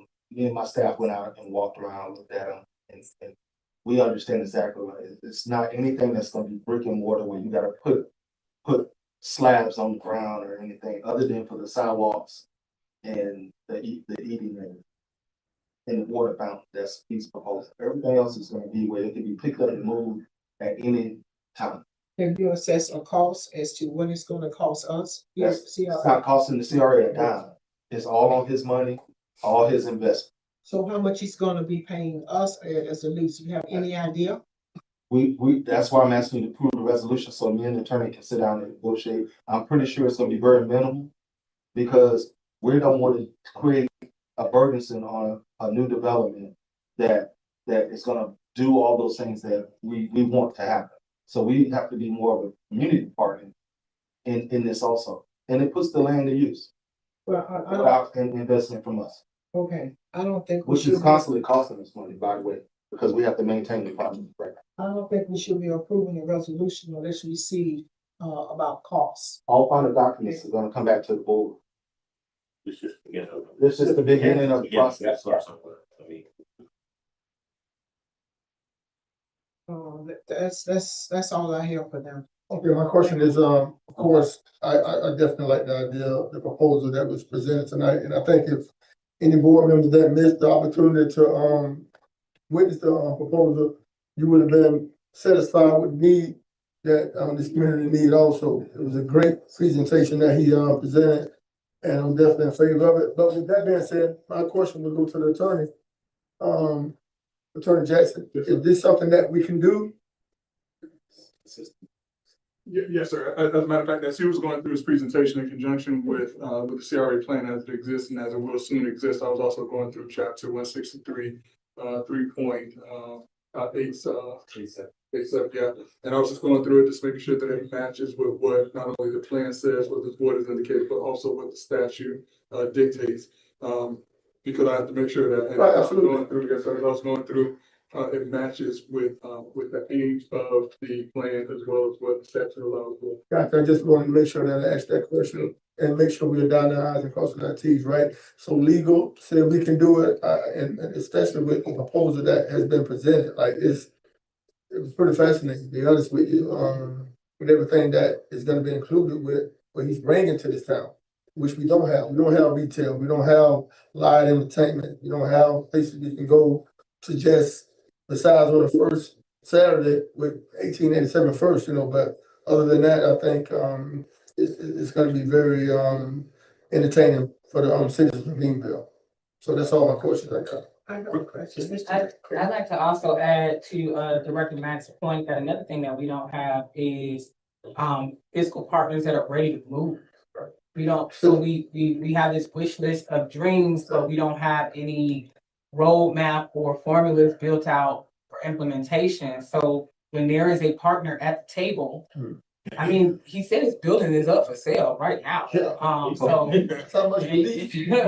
I mean, so he is very confident. And then we're also talking about, which I think is extremely important, is someone who is from this community. Yes. I mean, the auntie just passed 40-year member at Macedonia. We're talking about someone that is for us, by us. We're talking about somebody that is bringing, because the CRA is not just about blight, slum. We're talking about economic development. We're talking about redevelopment. We're talking about the economic ecosystem. We're talking about generating revenue in the town. We're talking about circling those funds in the town, keeping that money here in the town of Eatonville. We're talking about dozens of jobs. We're talking about boutiques that we don't have. We're talking about ways to incentivize people to come do business in Eatonville. We've already talked about, I'm sorry, I'm talking fast. His presentation to me was extremely powerful. There were so many points in there that we claim are important to us as a board and as an agency, and sitting right in front of us is a very pretty rendering of how we can actually implement that for me. All right, for me, I'm like Director Matt say all the time, I'm one vote. That's it. I'm one vote, but there are some components of this that are really marketable. And again, we have those lots that are down there. So I'm saying all of that to say this. When you bring up the mobility of what he's doing, because he did say he's looking for a larger, more permanent space. And so this will be something that will get him started. He gave a timeline, which we don't often see. Like, I think there was a lot there to digest, and it was extremely palatable. But again, a 2-year lease so that he can get up and running is a beautiful thing, because then we can come back after we generated some revenue on that property to say, well, hey, we want to do something else, or hey, we want to implement one portion of what he's done in phase 1 and we want to expand it for phase 2. Again, I personally mentioned the Mayor's Business Development Academy, where we already have something of this capacity kind of in its infancy in the community. So why not build on that? Why not create the spaces and the opportunities for the problems that we're facing that are coupled with the solutions that we didn't even have to come up with? So I just wanted to confirm that what I heard about the mobility of it all was still very much, because again, to the question about putting slabs out and doing things permanent with that property if you sell that property, if it's no longer CRA property, how that affects us. So I think the mobility piece was something that really stood out to me as well, in addition to just the presentation. I mean, And keep in mind that Yes, I see. citywide is gonna have to go through the whole town development process. There's gonna be multiple opportunities for public input. There's gonna be multiple opportunities that he's gonna do public input sessions on what he's trying to do, because he wants to spread the word about creating jobs and providing services to the community. So this is a win-win in a partnership that don't cost a dime to us. I think it'd be a better I think it'd be a different outlook for some of the board members that didn't get the opportunity to witness the presentation, because the presentation within itself was phenomenal. You know what I'm saying? Like, if he trying to sell something, well, he showed sold tonight, you know, and with all the dates and everything that he's, telling us, and, how far he gonna move and when it's gonna be done, timeline, he's selling his property in Baltimore. That's an indication that he's serious. So, yeah, that's all the questions I got. I just, a couple of questions. One of them is I did speak with him yesterday, so I was kind of familiar, but the visuals always help. I just want to make certain that infrastructure, if you're leasing the property and you're going to design the infrastructure, and if we don't know how it's going to look in the future, if he just, if that land is sold, to the design of the infrastructure to be such that in the future it also works. Right. You know what I'm saying? So that's one thing. I'm assuming that the infrastructure costs are strictly on the, knowing that you're leasing the land, but you're going under this land for infrastructure We costs. pick up no cost into this project other than saying, we're gonna work out a temporary lease for you to use it to make sure the project's. So I'm definitely okay with the land, having the land can go to get the money to help. So I understand all that, and make sure I have another. Oh, and I'm also, this is just a dumb question, I'm gonna ask anyway. Tenant leasing, we're looking at business receipts for those persons coming in. Just want to make certain. All those become new businesses in town. I figured as much. I just want to make. That we need. Okay, right now, right now. I think you all answered all my questions that I had, brother. Okay, thank you. my question, and I already asked you, Director Johnson, and since Attorney Jackson is here, is the terms and conditions of the lease agreement will come back before the board. All final documents have to be approved by. Great, good to know. Thank you. Yeah. All in favor? All opposed? Motion passed. Next on the agenda is approved resolution CRA R 2025-52. Rebate transfer for rebate of TIF funds and recently to tax and authorities.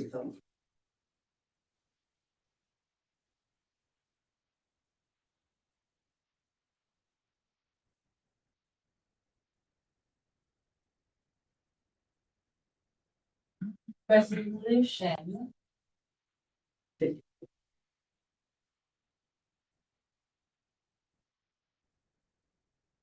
Resolution CRA R 2025-52. A resolution of the Town of Eatonville Community Redevelopment Agency, TOPRA, authorizing the executive director and fiscal coordinator to transfer TIF rebate to the taxing authorities per the interlocal agreement with Orange County, Town of Eatonville, and TOPRA, providing for conflicts, severability, and an effective date. You're agreeing, all in favor?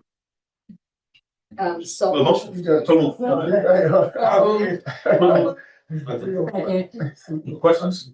Question. Who moved it? Great. Sorry, I seconded. I'm sorry. The chair moved the motion. Director Crane, secretary. Question, Randolph. Okay, can you please provide the amounts of the TIF rebates from the CRA trust fund? I would normally be able to provide that to you, but the finance department has not provided it to me yet. We have to do this resolution. They have given us their check. So we need to, this is our last time meeting, so we have to get this done in order to be able to put money in and take it out of the trust fund in such a large quantity. Okay, is there a deadline that it has to be mandated? Is there, Me and the CAO are trying to work out everything right now. But this resolution is needed before us to even allow us. It's in December. You should do this every year. In December, right? Any more questions? No. All in favor? Alright. All opposed? Motion passed. Approval. Resolution CRA R 2025-53, approving Seacoast Bank as lender of a line of credit and signing application on behalf of the city of Toccoa. CRA. Ms. King? Resolution CRA R 2025-53. A resolution of the Town of Eatonville Community Redevelopment Agency authorizing and approving the issuance of a builder line of credit from Seacoast Bank in a principal amount not to exceed $1,700,000 to finance single-family construction projects. Authorizing and delegating to the executive director as a signer of a revolving credit agreement with the Seacoast Bank. Require the TOPRA legal counsel review all final documents prior to the execution and delivery of said revolving credit agreement. Providing certain other matters in connection with the issuance of the note and providing an effective date. Resolution, sorry. R 2025. Motion. Can I be ready, right? So moved. Second with question. Questions? Any question for me? Director Randolph. No, Director Randolph. Okay, my question is, with this line of credit, which is great, right? But will it exceed the time frame of the 2027 when we supposed to No, dissolve? no. Like, would that interfere with us being in debt with this particular bank when we get to the 2027 year? No. Will it? Can you explain why I won't? Because this is a line of credit to build a house. We build a house, we sell it, and the line is paid off simultaneously. So how much we're looking to gain from each house? I know they're all gonna be affordable homes, but if we're gonna attainable homes, so if we're gonna get the 1.7 from the bank for a line of credit, what is our anticipation time frame of paying it back? First, understand the line of credit is you only pay interest on what you use. So if I use it to build a home. I got you. Right, you know what I'm saying? I got So So if we don't that's up to build a home, Right. it's still just The a money line of just sitting credit in line of that credit. is there. But if we do build a home, we're gonna be biting off that, but we gotta pay it back once we do. That's all paid off in the Okay, transaction. that makes perfect sense. Yeah, that makes perfect sense. Because I was thinking, for whatever reason, and I hate to sound ignorant, but that's why you ask these questions. Yes. I was thinking that we was getting 1.7, that's gonna be ours. let me just make sure. And we, And keep in mind, I was always told there's no such thing as, dumb question. So I have to ask a question because I wanna, protect the security of this board and this community. and just as a point of reference, and as I shared, it's no different than what you did with your $5 million line that you have. You're signing for $5 million up to that number, but it's not being used in one lump sum time, and you have to pay that $5 million. Okay, hey, listen, man, I think you can give me that clarity, on that particular issue, because I think it's very important, man, because if on the outside looking in, and if you evaluating and looking at the language, you have to really sit there and wrap your head around and say, okay, now, such and such, if we do this, so the 1.7 credit, it kind of stimulates your head to say, man, how does this work, But being that you explained that very well, I'm definitely in favor of doing that, especially with something that's gonna build sustainability in our community with, building homes that we do need. But I do have other questions concerning things related to the building of the properties, but that'll be, I guess, probably when I get to the next, we'll discuss that later. Director Randolph. Okay, Now, yeah, I have some concerns also about the 1.7 million.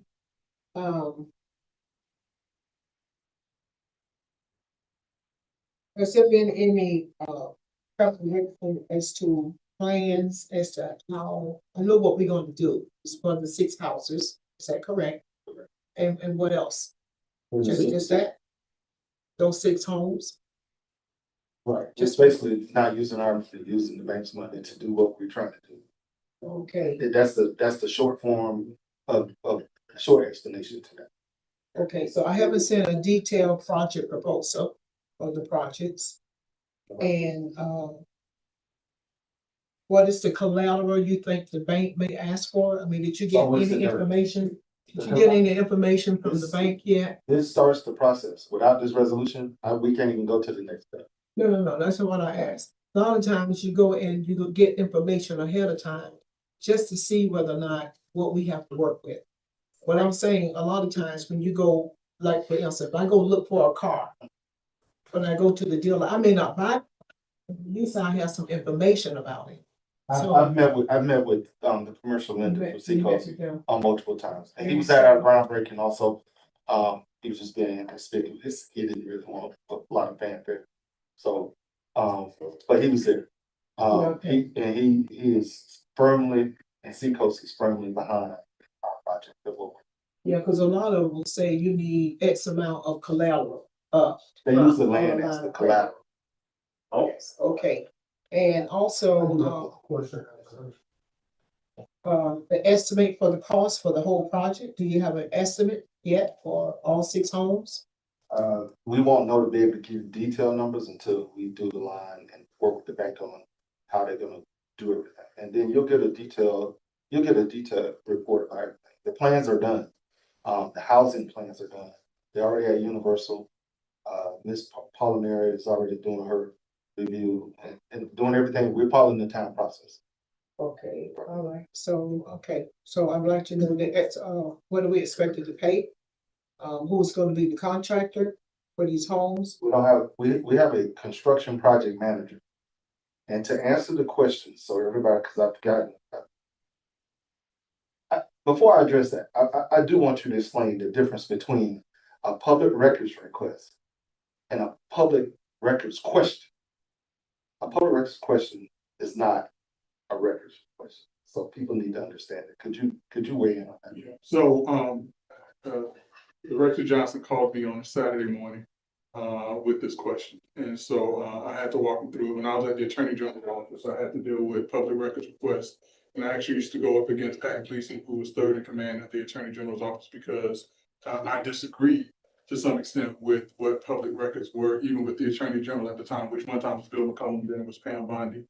A public request is a request for documents. If you ask a question as a public records request, that is not a public records request, that is a request for information. There's no need that if you're asked a question as a part of a public records request to create a document to answer a question. So when Mr. Johnson called me and asked me the question of what in this is the public records request, and we went through it, all of the questions I would ask, can you tell me this, can you tell me that? I asked him, do you have a document that states what they're asking for? He said, no. I said, then you cannot create a document to answer a question. But if you have a document, then you have to produce the document because it is a record. So a record is the actual physical document that is in place, that is already in place. But you don't create a document to answer a question to satisfy a public records request pursuant to Chapter 119.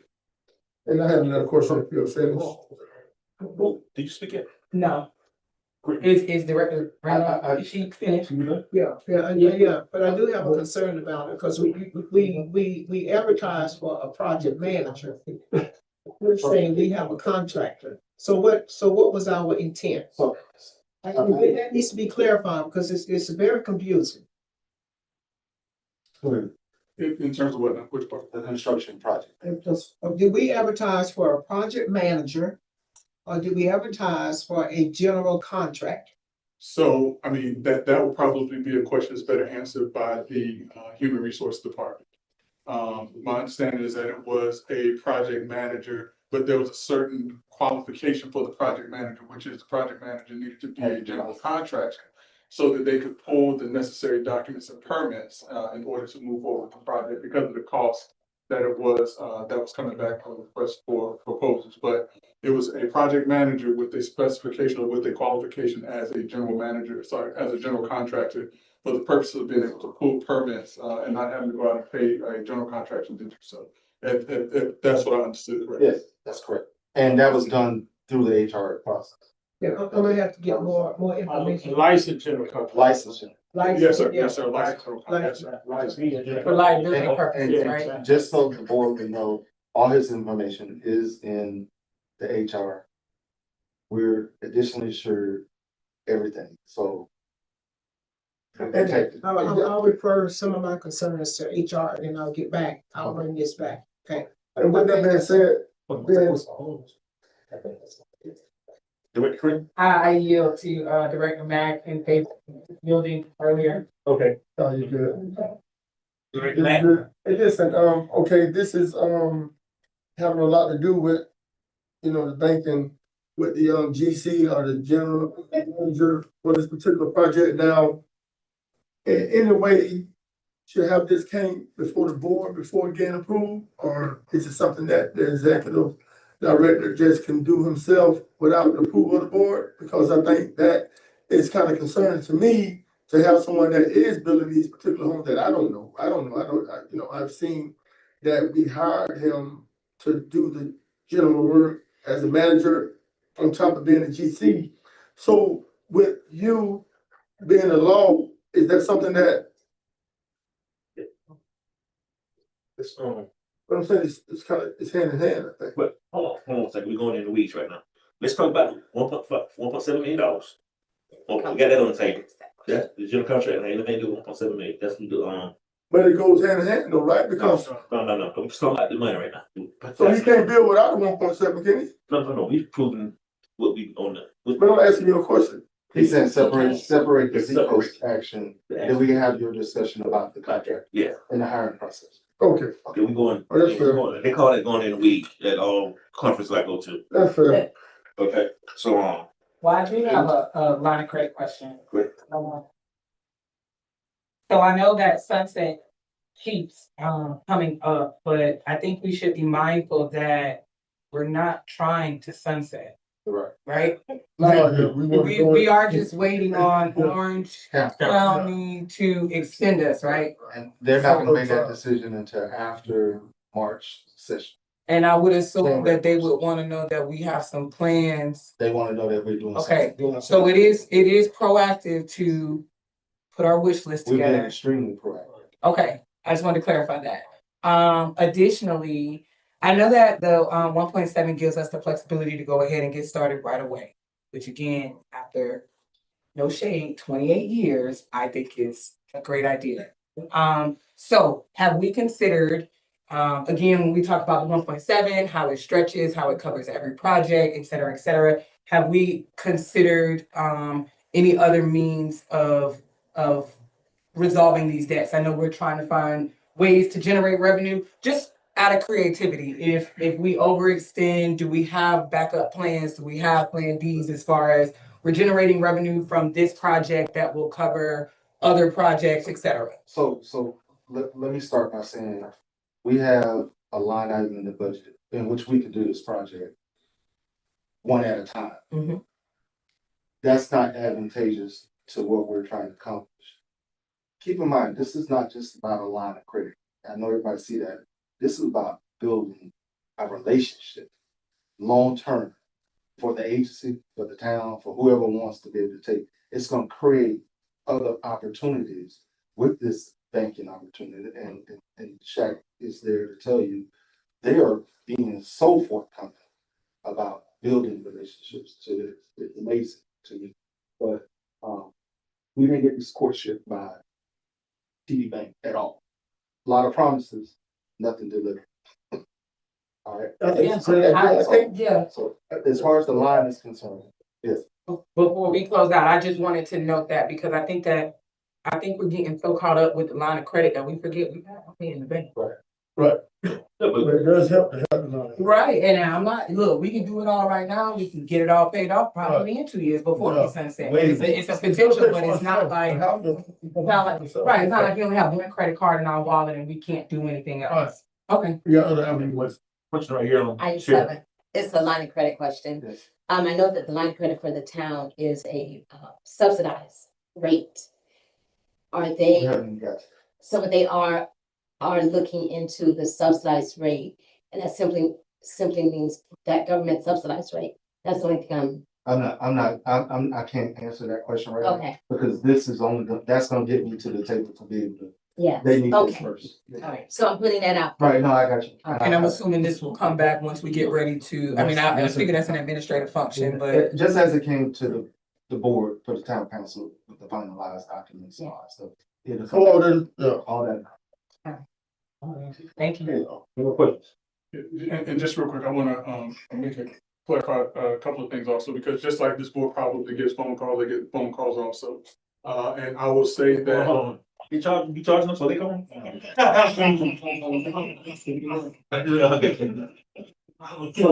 When they call, are you paying for this phone call? How do you do? Okay. The thing that I want to make sure that is clarified and understood is that when the question has come to me, it has come to me in terms of this is a $1.75 million loan. If this were a $1.7 million loan, then I would have concerns, and I would have concerns with regards to the sunset.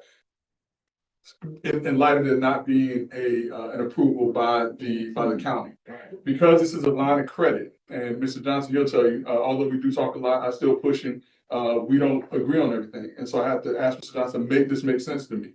And as it makes sense to me, this is a line of credit, as he was saying, and that you only pay it when you use it, but it's paid when you sell the home. So because of that, from a legal standpoint, and my comfort level with advising this board, because this is not a $1.7 million loan, but a line of credit that can be paid once it's used and the property is sold, I have no concerns with regards to the sunset provision, how it affects this. But I also have confidence with how this board has moved over the past 18 months, that the county will extend is my hope, and that I think we may have someone on the commission at that time as well. You just hit right on the nail, because that's what I was gonna say. I think we definitely need to move forward with doing something, because it's gonna help us profoundly be able to extend, hopefully, by showing them that, hey, we are doing something over here, because we haven't been doing anything, you know what I'm saying? And I agree with Board Member Williams.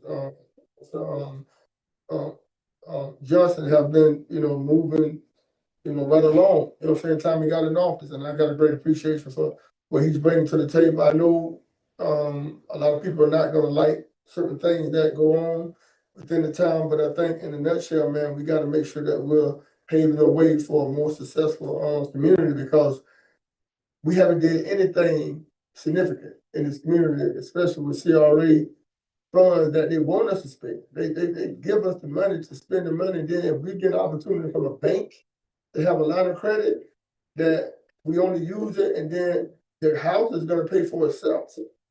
But with that being said, I'm totally in agreement with that, but I do want to have a discussion related to the GC after this particular thing here. Good report. Let's see. You have a question? Okay. You got a question over here, Director. Okay. Yeah, I like the idea of moving forward for the homes. But for me, at this moment, I don't have enough information that I can make a decision whether or not this would work in the best interest for what I'm looking for. Because it's not enough information that's being provided for the purpose for the loan. It's not, well, It's a line of credit. you look on a loan, No, it ain't no loan, because loan, I don't want. I don't want no loan, I want a grant or a line of credit. line of credit, right? We can't get the process started without it either. And we gotta think, we're in jeopardy of losing CRA forever if we don't move forward with doing something that's gonna be significant. That's what we really gotta think about, and that's gonna fall on us, all these board members up here. If that does happen, we can only point a finger at ourselves for not doing what we're supposed to do up here as leaders. I know we got tough decisions to make up here. A lot of times people like it, sometimes they don't, but we gotta move forward with doing something, man, because we haven't did nothing. let me weigh in on something, guys. When Mr. Johnson came back to CRA, I brought a plan to him about using our money to help a developer to build homes here, using $100,000 of our CRA dollars. He leaned 3 properties that he's building on. He leaned 3 properties. When he sold his first house, he paid us $107,000 back. So agency made $7,000 on that $100,000. We take the same $100,000 for his second house, and when he sell that house, we make another $7,000. So it go down the line. So we could have been doing the same thing years ago, but something got in the way. Politics got in the way, and this is what's going on now. We got to do something. It's 28 years this agency has been in existence. We just bought property just about 6 years ago or whatever when Mr. Dennis was here. Our first property after 28 years. So we got to move on this. These people are giving us $1.7 million line of credit. We don't have to build one house at a time, sell it, hope it sell, or it don't sell, or it hold up for 3 to 6 months to sell it, to close on it. We building these houses probably simultaneously, hopefully. Yes. And that's other developers out there get on this deal. So let's look at that's what we need to look at. We have another groundbreaking also. No, that's what we'll be looking at. So let's not play the policy games we have, because we could have been doing this years ago, using our money to make money.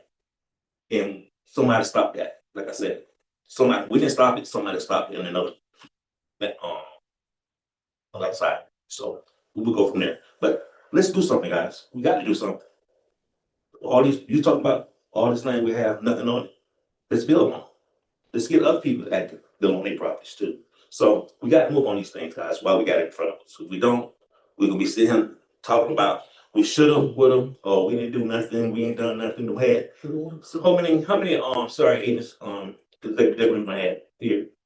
Like 15, you know, did nothing. So one or two of this. That's about it. 1 or 2 of this. But any more questions on that? I just want to let everybody know about that. I just want to reiterate that, because I hear Director Randolph's concern, and I think it's a fair one when you're talking about debt, but I think it's important to emphasize that this is step one, that we haven't signed any paperwork, or this is not sign any documents. What this allows us to do is go have a conversation. And so if we are trying to be, yeah, we should at least have the conversation. I did, that's why I asked if it has to come back before the board, because I can understand wanting to know what the terms are and then being responsible for those terms as a director. But I think it's important to acknowledge the fact that this is step one of many. Thank you. I don't think we'll be in debt. I mean, because with the house sale, what we put in it, we get back right there. And we'll make a profit on that line of credit too. Because we're gonna get them back what we use and we'll take a portion, put back in our agency. Okay, all in favor? Aye. All opposed? Nay. Motion passed. With approval resolution CRA R 2025-54, approving the lease purchase agreement for 426 Eatonville Boulevard and 14 West Street, the Circuit Performing Arts and Entertainment Event Center. Madam Clerk. CRA resolution R 2025-54. A resolution of the Town of Eatonville Board of Directors authorizing the Town of Eatonville Community Redevelopment Agency the authority to complete the lease purchase agreement for property located at 426 East Kennedy Boulevard and 14 Southwest Street, Eatonville, Florida, 32751, providing for conflict, severability, and effective date. Bring. Vice Chair, just so we can address the information, let me give it to you now, so they may answer some of the questions in advance. Okay, this is similar to the same deal we did for the 140 property. We entered into a lease so we can have site control for the sake of dealing with, at that time, dealing with lenders. This is dealing with our potential grantors. And it also gives us good site control so we don't have interference. And this lease agreement, we're presenting it. He does not have to sign it. He doesn't have to agree to it. If he don't, we move on and we terminate the grant. So that's where we're at with him. But he's in favor He wants to do something, and I'll let the attorney, I've been letting the attorney deal with it. Yeah, if you can kind of, Okay, is there a question? a little bit, Any question for him? yeah, No, I was just saying that at the beginning. all right, go ahead and move the motion and then we'll go with the question. Motion to approve. Second, the question. Questions? Now, if you can explain. Yes, sir. Just to give you a little bit of history, Mr. Johnson, asked me to reach out to the property owner of this parcel to gauge his interest in entering into a purchase agreement with the CRA. Upon speaking to the landowner, he said that he did indeed express an interest in entering into a purchase agreement. One of the things that I expressed to him was that the CRA wished to enter into a similar type of agreement that it did with the 140 property. And his response was that he would do it, but that he wanted $10,000 per month up until the time period that the closing took place on the property, and that be treated as a lease agreement. I then contacted Mr. Johnson to ask for his response, and Mr. Johnson said, let's do it the same way or similar to the way that it was done with that property, and let's do $1 and we'll close within a specific period of time. I then went back to the landowner who he has expressed throughout this whole entire process that he wants to sell the property. The hang up right now is that he wants a certain amount of money up front before he sells it. My recommendation to Mr. Johnson at that particular time was, understand if he wants to sell the property, the best thing to do would be to put a deal in front of him, a fair deal, what I think to be a fair deal, or what you believe is a fair deal. And the deal that I talked about is based on the comps of what a dilapidated building on a piece of property, what that land is going for, because you're not buying that property, the building at this point. And so Mr. Johnson came up with a number that I think, and I agree with it based on the comps that I've looked at to do the lease purchase. Not certain if the landowner will accept it, but it may bring it back to the table with the counter that the board could consider. But I think that what is in place right now is fair, and he has expressed, I want to make sure I make this clear, he has expressed an interest in selling the property. The biggest hangup right now is that he wants some type of earnest money up front, which I wouldn't necessarily recommend at this time. Well, with that being said, I would, just me now, okay, like I said before, I'm only one vote. I think we definitely need to, probably table this item. Get a, number from him that will make sense to us also, versus sitting here approving something that we don't even know what we're going into. It's almost like signing a blank check, you know what I'm saying? It's just our home. This is our home. It's not. I know, but I think like, We're making him on. I would feel better if we made the offer, he agreed, and then we come back and say, hey, this is what the offer is. Versus us sitting here wanting to approve something that we don't have, I can't make the offer. with potential. I can't make, the board has to make the offer, not me. I know what I'm saying though, but this particular resolution right here, It's to start the negotiation. so you can't start a negotiation without this resolution. We tried that. You can make an offer. This is to make an offer. I can tell you what his number is. The number that he has asked for is $750,000. Now, I will say that when the negotiations initially started, so I see eyes. Initially, the number that he had given initially was $1 billion, is what he asked for initially. But that number now is $750,000. Yeah, I think we need to take this out because I did the exact same thing with the 140 property. With pushing the table the item and we did it. And I think definitely need to do the same thing. And I understand all the logistics of what you're trying to do. I gotta tell you what we have. Okay, Ted. Okay. So the longer we wait, we have to June 30th to have whatever dwelling that's gonna be built.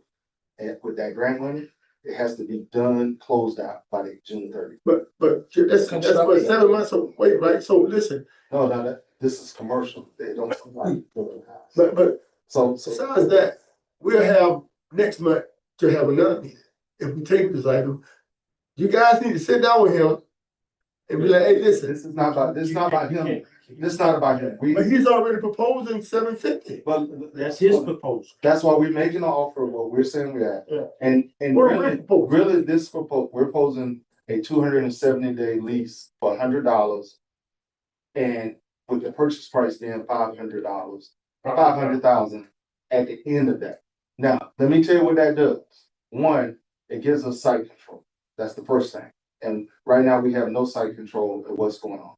He has trespassed everybody off that site. And we can't move forward with the grant. And it's getting to the point where I'm gonna have to tell the state, either we're walking away from the grant, or we're trying to have site control, which I've told her already. We're trying to demonstrate site control so we can move forward with the grant.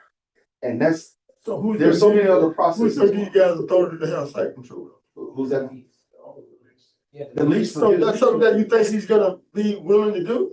All I can do is present him what we're offering, just like we did with the property owner. I know, but he's already And spoken to the attorney, and he's talking about $750,000. That's his. And I'm not in agreement with it. That's his number. That's his number. I know, but this is the same thing that we went through with the 140 property. The same exact thing. It's no different than what we dealt with the 140. And I had a problem with that.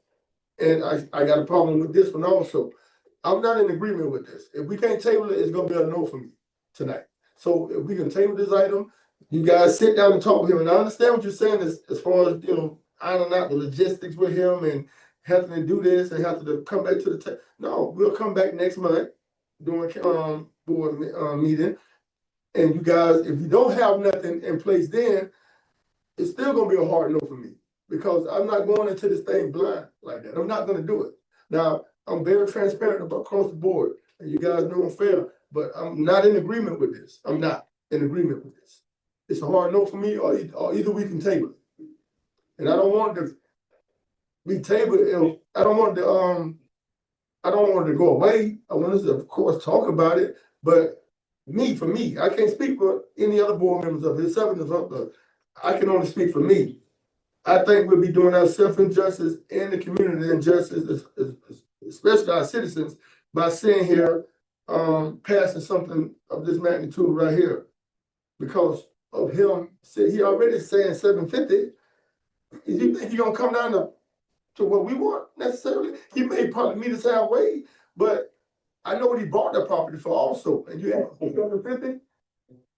Come on, give me a break. I'm protecting the integrity of this board and this community. It's a hard no for me, or we can table this item and then you guys can have your conversation with phone calls or emails, and hopefully he come up with some kind of other concept besides what he mentioned originally with the 750. I'm totally against the 750. We all are against it. We all are against it. But the thing is, that's not what the post, let's do the answer vote. Like, you can vote your conviction, it's gonna be a hard no for me, Okay, all right? we got a question now. It's gonna be a hard no for me, or we can table it. It's not hard. There's nothing hard about it. Rick Randolph. Yeah, okay. Well, we have some major issues here tonight, don't we? Major at all. Just say one thing. We have to do anything. I just got one question. I pass by that building every day. There's an eyesore on Front Street every day. The owner's not trying to do anything. He's not gonna do anything. So from a town perspective, what is the town gonna do? To hold him accountable, to do something. We can do what we can on our side, but we can collaborate, because you're all on both sides. At the end of the day, to make something happen on that site. Because we all went in that building, I believe at one time. That holds foot to the fire. You know what I mean? But at the end of the day, it's been vacant, dilapidated for how long? I mean, over a year, 2 years. Longer than that. 3 years. Longer than that. 5 or 6 years. Okay, we got Okay, we got some things here that we don't have. First of all, there's no appraisal done. If you have an appraisal, we don't have one. I don't see one here. There's no documents for it. Also, there's not even a document from Mr. Barney stating that he wants to sell it, other than what I see, a copy of a signature for him to sign. So we don't even have anything as far as that, okay? Mr. Bonnie came here a little less than a year ago, maybe a little more than a year ago, about issues concerning other transactions and things in his dealings with you about the club. Whether or not it's true or not, I don't know. So I don't know what his stand on that now. So now he wants to sell the property over to us. And like you all had said, we all know it was $1 million at one time. Now, I don't see anything from the United Arts of Central Florida about their role as far as their interest in it. You haven't provided that in the package. So you made a comment or statement that this lease purchase would give the agency site control. And that's what you had just stated. There have been no interruptions in the development process and will allow the agency, meaning CRA, to seek additional funding for the purpose from United Arts. So we don't even know what that is. So you haven't provided us enough information so we can make a decision about whether or not we want to approve this resolution. And I understand what Director Mack is saying. We don't want to back our backs up against the wall based upon what we previously went through as far as the acquisition for the transaction for the daycare center.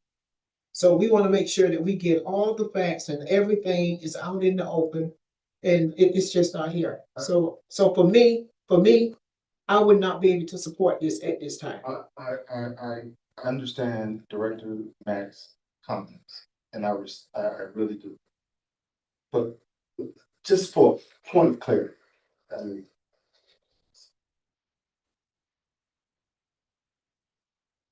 what the property owner says out of his mouth, it's not what's before you. All right? What's before you is an offer to, under the terms similar to what we've done with the thing. And I respect the fact you say you didn't support it. But understand something. This ain't just about making an offer on his property. And if you read your briefing that I provided to you, you would understand our culture history is at stake here. And I'm listening to the people who are supposed to make the decision about protecting that interest, have differences to protecting that. We have to either send that money back come January or not. And we have to make this determine, are we gonna try to make an offer on this property? But that $1 million that we got for that grant is going back. We need to schedule to go back if we don't. She's waiting on me to tell her if you guys prove this and this. When is she looking to have the money back? When is she say she's gonna take the money back? The cutoff date where that building has to be done, every dollar of the grant has to be expended is by June 30th. Okay, we got Expended it. by June 30th. I think you just said January or something. No. I said we have to send it back. The project has to be completed per the terms of the grant, not because the state is cutting us off. It's because the federal government is cutting it off, saying that grant can no longer go past this period. So okay. You know, Are you finished? Go ahead. If you should finish. Appraisal. When did you get appraisal? When did you get appraisal? Once the shell is up, the property would be appraised. And I guarantee you, we're gonna be at that $500,000. So Mr. Johnson, I think what Board Member Mack is asking you is, when is the drop dead date to send the money back? And what I have to let her know. But what it is also is that when they look at, they back up from the time period. I heard you, go ahead. Yeah, they back up from the time period that the project has to be completed. And what they look and see if this project has to be completed by June of 2026. If we don't have an agreement by this date, there's no way you can get this done within this period of time. So that's why he's saying that she has to know something immediately, because if she knows by tomorrow or by the 1st of January that you don't have something, then she knows that there's no way that by June of 2026 you can get this done. So that's why he's going back to that date. Right here, because we can have a special meeting, we can have an emergency meeting also. How about this? How about you call him, the property owner, right? And be like, hey, listen, the board don't want to buy that property for no $750,000. Listen, we understand that, but he gotta agree with the, but we want also, you know what I'm saying? I don't even wanna even give him any kind of inkling that we're gonna buy the building for $750,000. Cause I'm not gonna approve it. So let me kind of make this That's what he asking for. Let me come at a different approach. He asked for me, he asked for 3 million. I'm just gonna come at it from a But different. we're gonna go to him with what we put on the table. And I'm not trying to sway what you decide, and I just want you to kind of understand. So the house back there on Clark Street, you like that house, it's for sale. Don't you submit a contract, make an offer on the property? Of course, make an offer. And that's all we're doing. We're making an offer. Whether he accepts it or not is irrelevant. If he don't accept it, guess what? I'm gonna call the state and say, hey, things fell apart. We're sending your money back. Close out the grant. All right, That's all. It's the same thing. So I just want to just make it. but I don't want any, because He's not in the driver's seat in this conversation. We are. We're the only buyers that's at the table. I'm just gonna be honest. We're the only buyers at the so table. how long are we gonna sit and wait for him to make a decision? No, not long. After this That's board- that's after- another question. How after- long are we gonna wait? I do believe the attorney is ready to, if y'all approve this. Attorney, how long- all right, if we it's going approve through this- tomorrow. If we approve this, how long are we gonna wait for him to make a decision? If he comes back and says no tomorrow, then I say that's the period of time of waiting. So if this board says tonight. Okay, now, once we go away from it and we say no, right, if he doesn't agree with us, what happens to the building? That's the building. I know that, but I'm saying though, I understand what you're saying in terms of, but I know we got, That's not mine. but listen, me thinking out loud, I would think that he would be in agreement with something that he's getting money for. It's a grant that he's gonna He be. not getting, keep in mind, the CRA, that's a CRA grant. Right. That is not his grant. Let's clear that up first. So will we be able to use that if we do? We cannot. I tried, and the attorney will tell you, I've tried every other potential option. So it just go away, the grant just go away? It has to go back and go away. I've tried. I tried to move to another site. Even if we purchase it? No, if we purchase it, if we enter into this agreement, it does 2 things. It demonstrates site control, which allows us to do some other options that we need to do that may not require our physical money. I just don't want. Meaning we'll get grant money, right? I have to be careful what I say, because I don't need people calling trying to mess up. I know, but I'm just saying, grant money sound good. Loans don't sound good. And people not being negotiable, what we want also, like I said, we're gonna meet them halfway. We don't, listen, if you want $750, we gonna say, hey, man, we got 500. You either agree with it or you don't agree with it. And I think that's what's on the table, right? That's what's on. So all right, let's do it. The thing is, you got that $1 million over there that went to repair. To do the repairs. Yeah, $1 million over there. Yeah, all right, well. So right now, everything's on hold with the architect, till we can demonstrate site control. Okay. We cannot do nothing, and we're hands. In all fairness, I'll do, you know, I'll be a good steward and, you know, agreeing with this, whether it's passed or not, but, you know, we gotta do something sooner than later, you know what I'm saying? Yeah. So, yeah, cause I don't wanna keep going back and forth with nobody about a property that is just sitting there blighted, like you said, it's nothing being done for the last 5-6 years. I thought it was less than that, but, yeah, okay. I was gonna say at the Main Street Conference, I had a chance to go visit the Chitlin Circuit site in Jacksonville. I think it's called Evans Rendezvous. And they had they had some stallings as well. And this has come before us a number of times, even before Mr. Johnson came back. Mr. Malcolm has been here. They've had all the site showings and all that stuff at St. Lawrence. It's been an ongoing thing. It would be a travesty to see something like Club Eaton take a back burner because we couldn't find a way to work with the seller or the owner. So if this puts us in a more flexible position to take advantage of the grant money to renovate Club Eaton, I am in favor of it. My only concern is if at any point in the next 270 days, we decide that we do not want to move forward with purchasing the property, what are our options? Like any other contract. And I got another question too. Because that contract for 500,000 or whatever we agree on, whatever his counter offer is, we'll have to come back before the board. We will have to approve Right that now, dollar you amount. sign that tomorrow. Right now, only thing we're gonna be out of 270 days is $100. Is $100. Okay. Okay, well, No, finish. okay, and then my only other question is, do we have an idea where we want to pull that 500,000 from? Because I know that will be in the same fiscal year. Okay, thank you. Now, this would be my next question, attorney, if you can help me out on this right here. I know I don't been to a lot of entry classes, but I need to understand this right here. Would each board member have an opportunity to speak with him directly concerning this? Because I think, That's my boss. Yeah. I know, but They my boss. I don't need to speak to them. They work for us. but you see what I'm going. You're free to have whatever conversation you I want don't need to speak to with them. him. I wouldn't advise. You don't want to speak. Listen.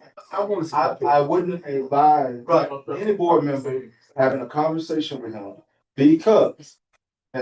So, yeah, this is what I'm gonna say. So, Give us some clarity. I mean, you can have a conversation with him, but if there are any conversations about the terms of the agreement and changing the terms of the agreement, that then becomes what can be considered the tortious interference with the contract. Right. And even as. That's all I need to know. That's all. Yeah, you gave me what I needed. But I just wanted to, get some clarity on that because there's so many different, ethic rules and laws. And if you say this, you can't say this word. You can say this word, but you can't say this word. What I would suggest though, just to be on the safe side, But if any board member wants to have a conversation with Mr. Garani, that you get me on the phone as well. I go buy a car, right? Yeah. I'm talking to the salesman, even though I know it's, I just want to make an analogy. The salesman, I don't like what he's talking about. Hey, go get the manager, man. That's what I'm doing. That's what I'm doing hey, go get the manager, because you ain't talking with the language I want to hear. It's almost the same thing. I think, and we ain't trying to, convince him, but we want to, kind of have this conversation like, hey, man, this is where we at. But I know we can't do it necessarily because you said that he kind of swaying them. And that's why we let the Well, attorney. not only that, but he will take you down a road that There you're has nothing to do with what we talking about. and you don't want to talk to him alone because he will try to take your words. No, well, I will speak to him with you present. Okay, so yeah, but yeah. Without you charging it, okay? That's all questions? Oh, that's all like that. That's all like that. So you're saying, Oh, we can do that, man. Why don't you see that? you're saying for $100 for a lease for 270 days, that's 9 months That's gonna get us to September 30th. to September the 30th? And Okay, and it says, and purchase for $500,000. So this does not commit us to purchases, is that correct? Okay. Yeah, come back. But the contract has to come back. Yeah. All right, let's do it, man, because it's late. I got hungry.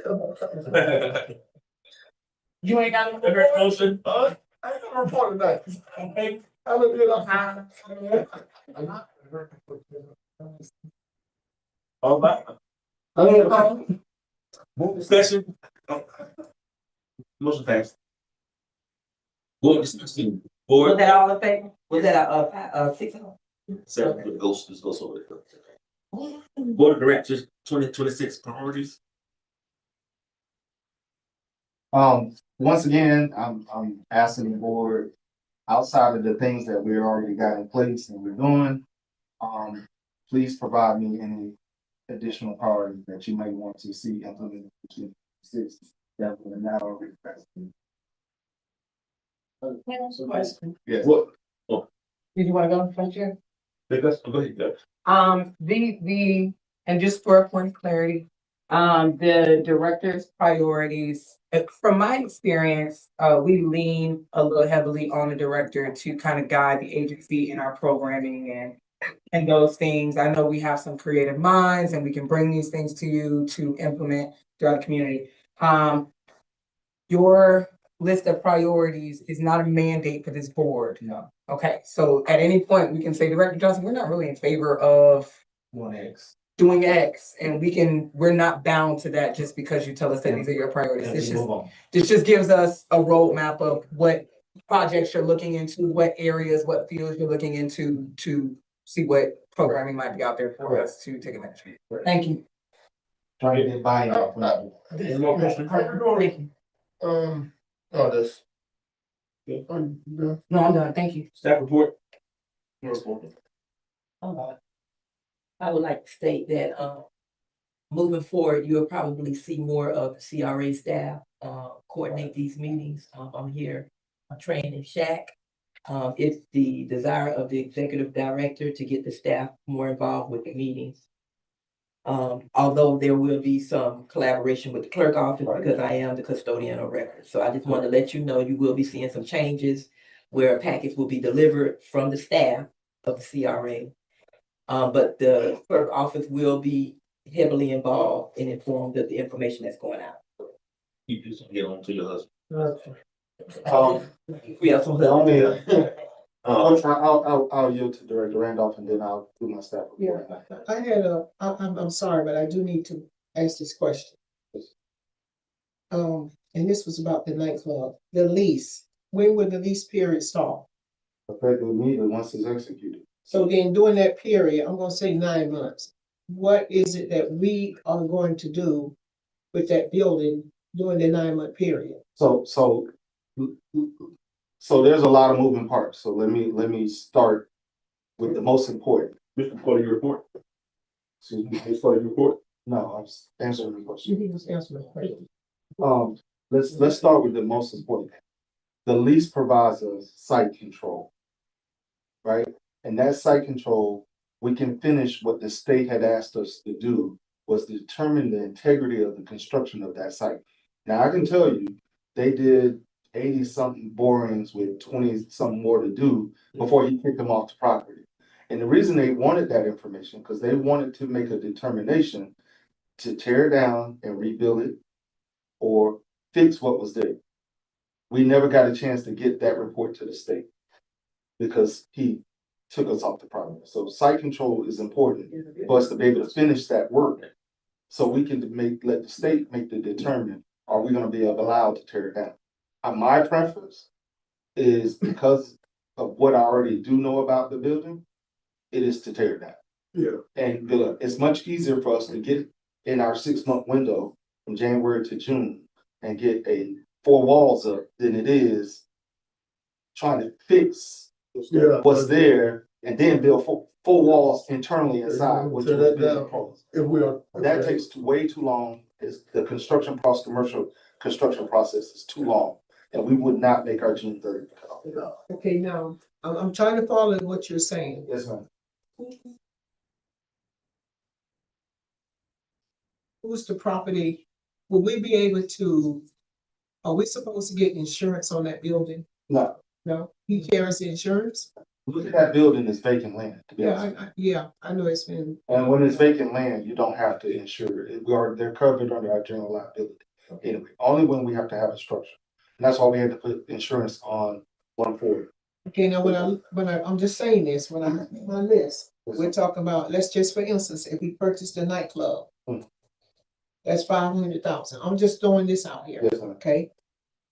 Okay, we're asking for a line of credit for $1.7 million. That has nothing to do with that. No. I'm saying overall, I'm looking at dollars. Okay. Okay. We talk about the daycare center, which is going to be the wellness. Okay. Senior center, senior recreation and wellness. Okay. I'm looking at $1 million. Is that over? $1 million under? for everything, Senior including the wellness? loan and everything that we did, would it add up to about $1 million? Close to $1 million? No, we only borrowed $365,000. Okay, so how much is gonna take to renovate that? We're in the process of working with Rose and Rito, getting the cost estimate at 30%. And I'll be able to have that number because we have to provide that to one of our community partners. Okay, so let me just say overall, just for that, I'm just gonna say 500,000. So it may be more. So actually, we're looking at $2.7 million in projects, not including some of the other things that we're gonna be doing for the CRA. Right. A lot of money. That's not a lot. Huh? That's not a lot. Well, for what we're gonna do, because we haven't done anything. So now we get ready to It's do something. So I'm just counting. That's, Okay, so I'm adding my dollars. So right now, I wanna bring my vote back to a no on this project until I can see more what's gonna be going on. I wanna say no on the nightclub. you would have to give everybody, It's it's already already taken passed. place. I can't retrieve it. Attorney, It would have to be reopened and. They have to be reopened and voted over again, closed, Person had withdrawn. has to rescind, the person second has to rescind, and they have to go all the way back in. okay. Okay, just let it remain. That's, I I'm mean, not too sure about what, what we're doing. no, it's Director Randolph. We are a small community, but some communities like that own more property than $2 million for property. You know, so they own $30 million worth of land and have done nothing with it yet, some of them, so.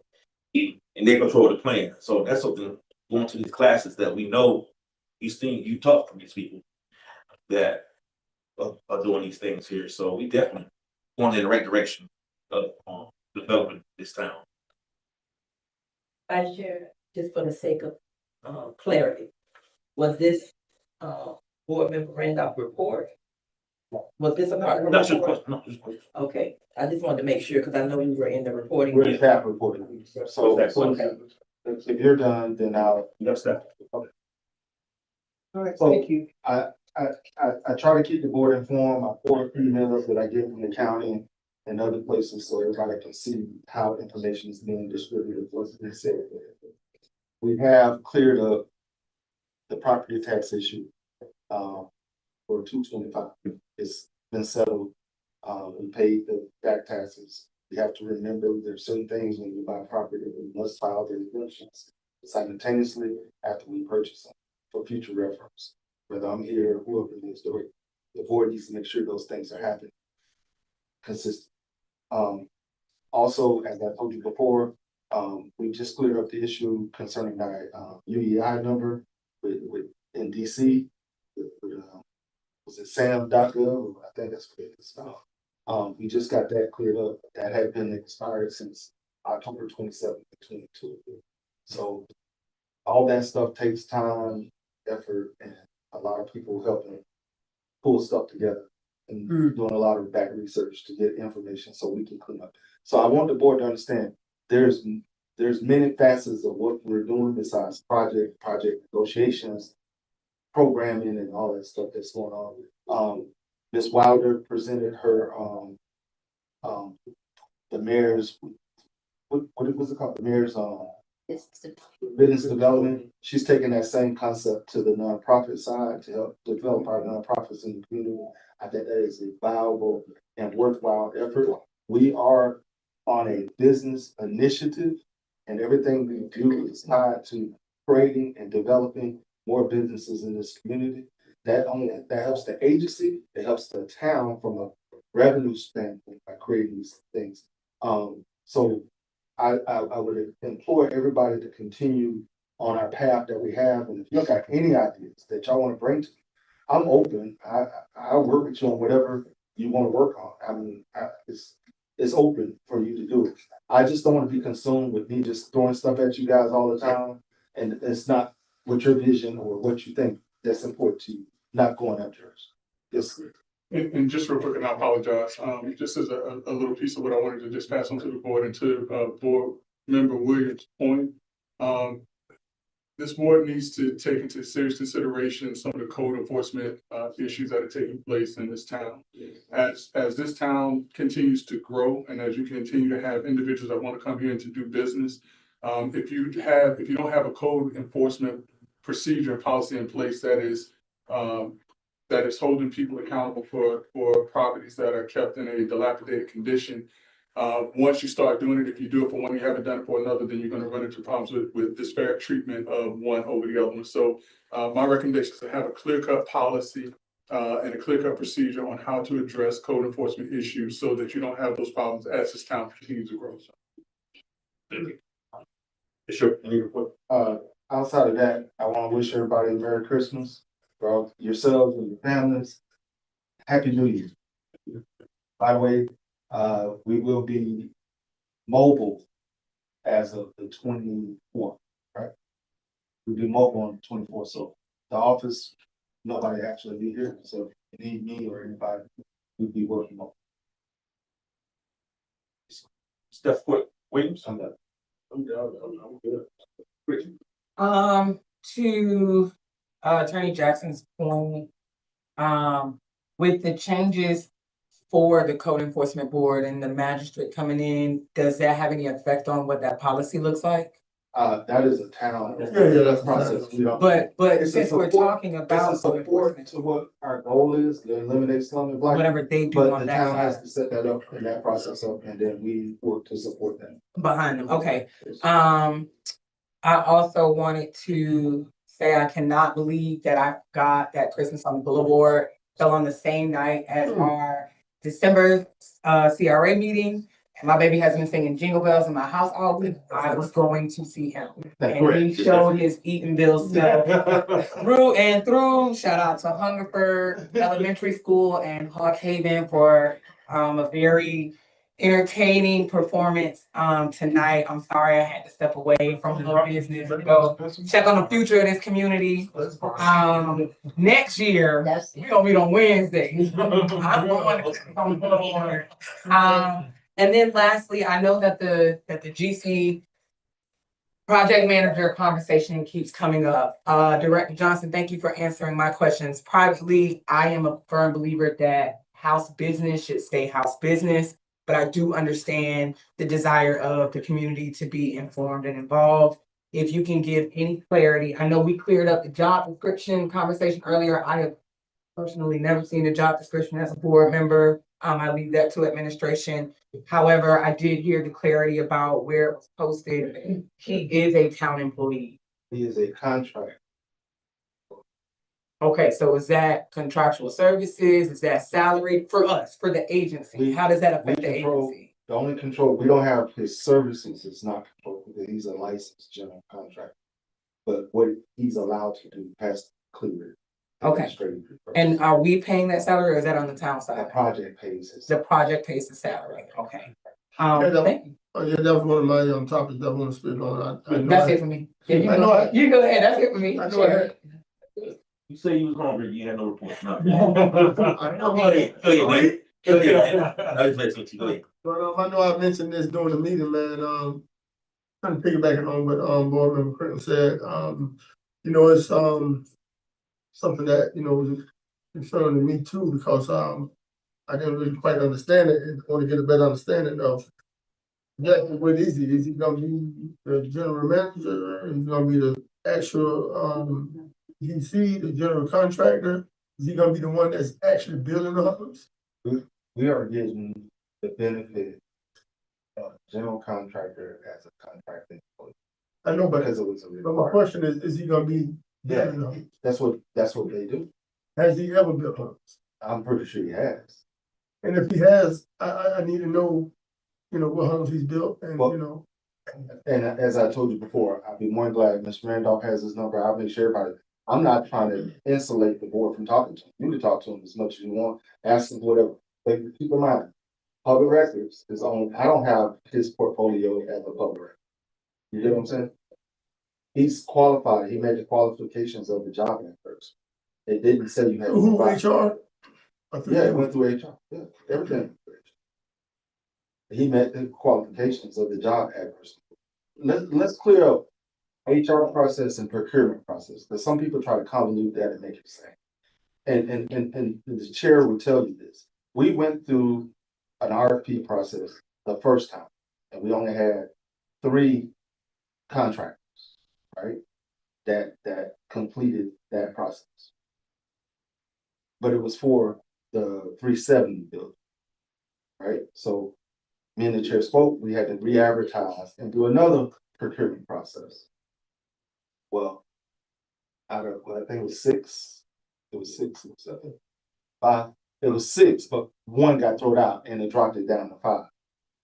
Because the one that got thrown out decided to give us 1 piece of paper and not answer the terms of the RFP. So That eliminated them. that eliminated that. I provided that information to Director Randolph because she wanted to see it, so I know she has it. I think you may have it. I think I may have sent it to everybody. But I wanted you to know, we tried it the other way. This is another way to do it. And so we're trying it this way. And it's only one house right now, because he's only doing work on one permit right now. That's no And we'll see how that guarantee. goes. Exactly. And if that goes well, Then we keep going. continue doing Then it. we But if keep it going. doesn't go well, we need a Then new GC. well, here's a GC. Don't say you don't need a GC. I said we need another one if it doesn't go well. But that's an administrative. License. That's an administrative personnel. Stop. Does it go back out for RFP if we decide? Oh, if the board, now you direct me to do another RFP and put it back out for RFP, that's up to the board. If we decide that we don't like the work that we Exactly. Right, if it doesn't, and I know you say he's qualified and he meet all the Yes.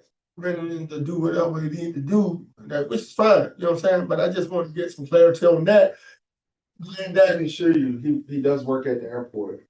So I can assure you, he's not out there because he ain't qualified to do what he do. All right, well, that was pretty much what I had, man. Everybody have a Merry Christmas and a Happy New Year.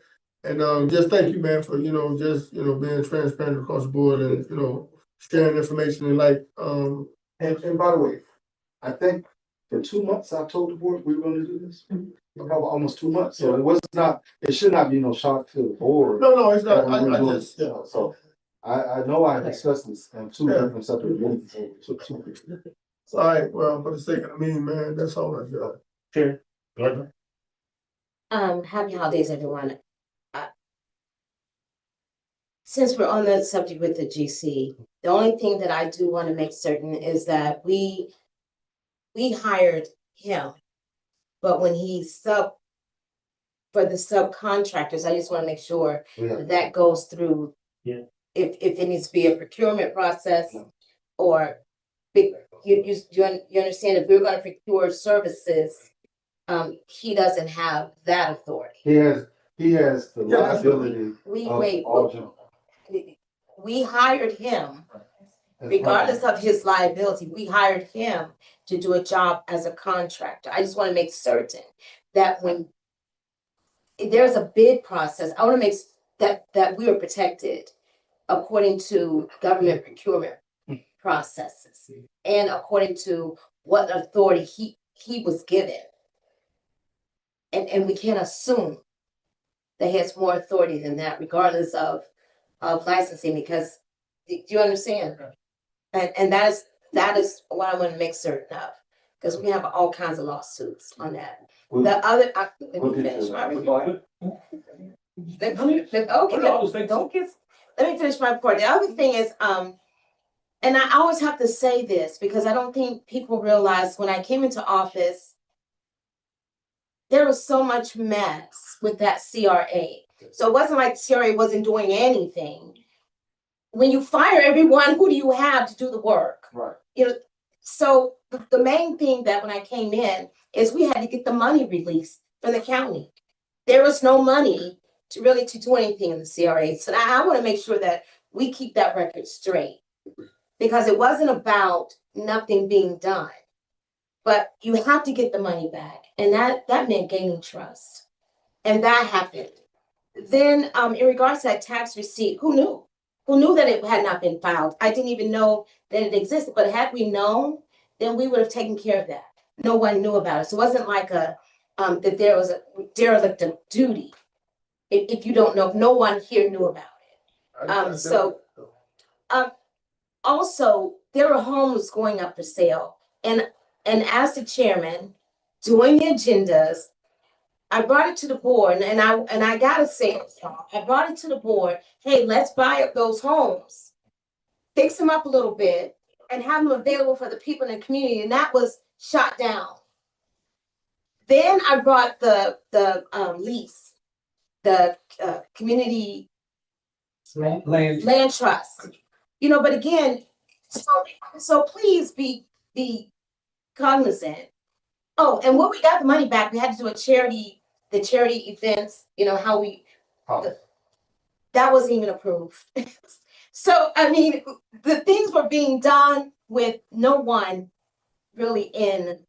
Miss Bonds came in to kind of fill in, and then we brought in Miss Rose. And she really was, she did start doing small things, but she was being hammered along the way. So how do we expect something to continue if we don't have the, just the cooperation? And so much so, and the reasons had nothing to do with what was brought before you. The reasons were all political. And we knew that. So I just want, we keep saying that. So I know nothing was done. It wasn't because nothing was being brought before that board. And I'm not speaking to anyone in particular, but it's not because nothing was being brought before the board. So that's all I gotta say. And I was over there too. That's why I was late getting here. So I do apologize for my lateness. Thank you, Vice Chair, for filling in. That's my Director Randolph. I would say that, I think we had a pretty good meeting, even though there were some things that I did not, support. Thank you very much for that word. I guess, my thing is that I'm always conscious of the dollars that are being spent. And that's what I look at when we're doing projects and those kind of things. I think there's still some confusion about this gentleman that was hired. Because if he was hired as an employee and it went through the proper process through HR, even though you said that requirements were for him to have a general contractor's license, maybe that wasn't the requirements, but because he has it anyway, it still should have made him an employee. Because if he's a contractor acting in the role of a contractor, that should have gone through the procurement process. And that did not happen. Okay, so that means that he, as a licensed contractor, that he can bring on or hire other subcontractors to do the work. Is that correct? He can. Okay, now, with that, will he still be under the rules of the ordinance for local preference? I don't know anything about our local preference. Mayor, would that count? Do you know what that be? Any developer, and it would It have be- to, but they're right now, they are establishing all the standards operating procedures. And looking at the guidelines, so it had to fall, if it falls within the guidelines, yes. Yeah, okay. I know, when did that happen? 'Cause I didn't. Okay, so if he's hired as an employee, why is it that he's getting paid $20,000 to $30,000 a project? I saw something like that in some Okay. language. I You don't just- understand that. You just passed an ordinance or with a document on Tuesday. He's been signed as a contract for the past week and a half. And now you're trying to apply what you did on Tuesday to someone that was already here. No, I'm not. No, I'm not. No, I'm asking a I haven't seen question. what you. How is it he's given a contract when he was hired as an employee, but now you're saying he's a general contractor? No. In that agreement, That's not what I'm no, saying. what I'm saying here, let me listen, let me finish. There's paperwork that I saw, and I can pull my paperwork. I don't have it with me here tonight. But it stated that for each project, that he will be paid between $20,000 to $30-something thousand or some language like that. I may not have the amount correct. Explain that, please. If you read the job description that was advertised on Indeed, the town website, the CRA website, and any other medium the HR chose to use it on, I didn't have no control of that. If you read it, it says clearly, construction/project manager as needed, contractual employee. I mean, that's kind of self-explanatory. I don't know what you're particularly trying to ask me. And I'd be more glad if we go to HR and pull the file and we can sit down and talk to them. And we can do whatever you want to do. Okay, But we'll do that then. but let me. I was trying not to even go there, but the board needs to think about what's the board goals and objectives, and how do we get there, right? In line with state statute, CRA plan, all those things. The outside noise, because I've heard it all.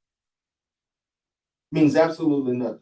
As long as the board is constituted in its policy and its rules and laws. Because nobody is yet to tell me what rule, what law, or what policy that we violated. But the questioning is being directed as we did something improper when we followed the town's procedure. So if something's wrong, then it's the town procedures that's wrong. Because I inquired like I'm supposed to. I talked to legal like I'm supposed to do it this way. The board has known for 2 months that we were going to do it this way. And it's amazing to me that we got to sit here and have this conversation when you could have had this conversation with me individually, collectively, and multiple times. And we could have resolved all this. But I don't want the board to get in the habit of trying to react to some outside noise, making a bunch of innuendos, confusing the board members about what the process is. Because I'm here, the CEO's here, the HR is here, everybody you can talk to is here to answer your questions. But none of those questions have been posed to the people. It's just nobody's coming and having this conversation. To my defense, I don't think it's fair that was said, because like, even in that moment, I think if that's what you want to say, I think that should have been something that you had behind closed doors, because there's other people, let me say, I just have to, I wasn't on that, that's why I'm speaking on it. I wasn't trying to say that. What my thing is, come talk to me. I'm open book. I'm gonna show you everything. This should not be the forum in which we discuss internal house business. Well, I'm just trying to follow up and make sure that we're doing what we're supposed to do. I didn't find any real experience as a contractor other than you to have a license for a year. I haven't found any of projects or anything like that, any houses that were built, anything like that. I'm just concerned that we are hiring the right people to do what we need done here. We have all these projects. We have $3 million worth of projects. We want to make sure that we have people who are qualified to do what we need done here in Eatonville. That's all. I'm just, you know what? I tell you what, why don't I just set up an appointment and we'll come in and talk about it? I'd be more glad. Because I did check the credentials and nothing adds up with them. And I went back, this gentleman has been licensed only for 1 year. So you tell me 1 year, how many houses has he built in 1 year? I didn't see that anywhere. Not even with the city of Orlando that he claims on his application. So there's a lot of work that needs to be done, but we get ready to hire individuals to make sure that we bring the right people and they have the experience. That's what I'm looking at. I got one question. That's all I'm gonna say tonight. I just got one question. Can I say one thing? Because I've been through the process of building a home. As you build a home, don't you get an inspection? Okay. If it don't pass, it's on the project manager. He got to make sure that gets passed. You know what I mean? At the end of the day, each process of a home gets inspected. University comes out and it does the inspection. If I'm right or wrong, they do the inspection. So any faults that happen, it falls on the project. I don't care if he got 30 years experience, he got 1 year experience. At the end of the day, those guys have subs to do that work that they rely on. Because I went through the process, built my own home. But I was going to echo that. He's not doing it. He's not doing it. He's doing the work. He has subs. He gonna have him subs that gonna do the work like any other contractor. But at the end of the day, they got to pass inspection. If that particular part of that home don't pass inspection, then there's a problem. But they gotta. You say you understand, but we keep talking about the guy ain't got this, he ain't got that. I don't want to hear that. Let's move on. Like I told him, let's get some dirt moving. Let's get some dirt moving. All we want to do, like Vice Chair, we in the weeds. Stay out the weeds. I don't want to hear what nobody else off the street say. I don't want to hear that. Because they had the same opportunity to do the same thing, but they chose to do something different. Now they come putting bugs in certain people, and then we come in here. But it's not fair for y'all to keep making trying laws like that. Y'all can't do that, man. Y'all can't do that. Don't do that. Don't do that. Y'all can make remarks, but don't do that. Because what you do is it seems like you're pointing fingers at people that are making comments. You can't do that. You can't do it. You can't do that, man. Can't do that. Let me say this, because we don't need this issue. No, you just can't be using, making remarks and making it seem like that somebody, doing this or doing that. Keep your comments to yourself. If you can't, you know what I'm saying? Excuse me. Just keep your comments to yourself. Excuse me. I don't want to hear that. I'd rather you not say anything because it's gonna, rub people the wrong way, even if it's not true. You know what I'm saying? Because it's only certain people that are speaking on it. So you're gonna sit here and point fingers at people that are speaking on something and bring somebody on the outside. Don't nobody influence me. That definitely was not. No, that's what that's what it So that long. Hold on. Let's move forward. feeds into that though. Let's move. You know what I'm saying? Let's move. Director Matt. Director. They weren't talking to you. They were just talking. Listen, man, I'm just saying in general, you got common sense, don't you? But God gave us all what? Common sense, right? you know what they say too? Don't let the swirly pig.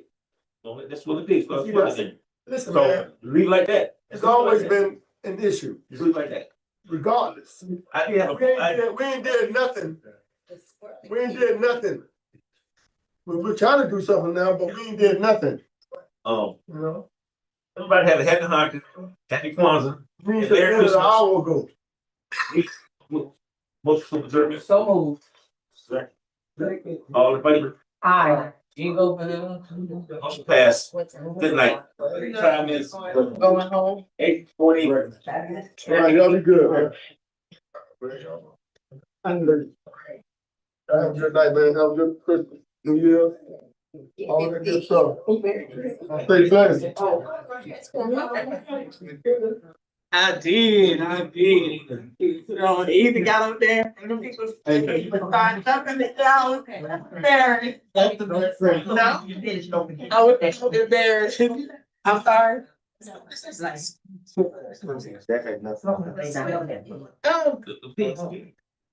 They didn't have anything that they. I don't know about them spilling pee. I gotta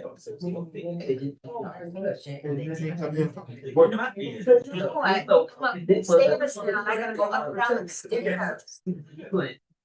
Yeah. He just saying it was incomplete. That's why I put that stuff. You're working on it. You just that's in. Oh my gosh, these are cute. About that, you. Thank you, everybody. Right. So that means you need another time. Still got that. Look. Fix a plan. He gave you how many times again? Trying to come in here, trying to.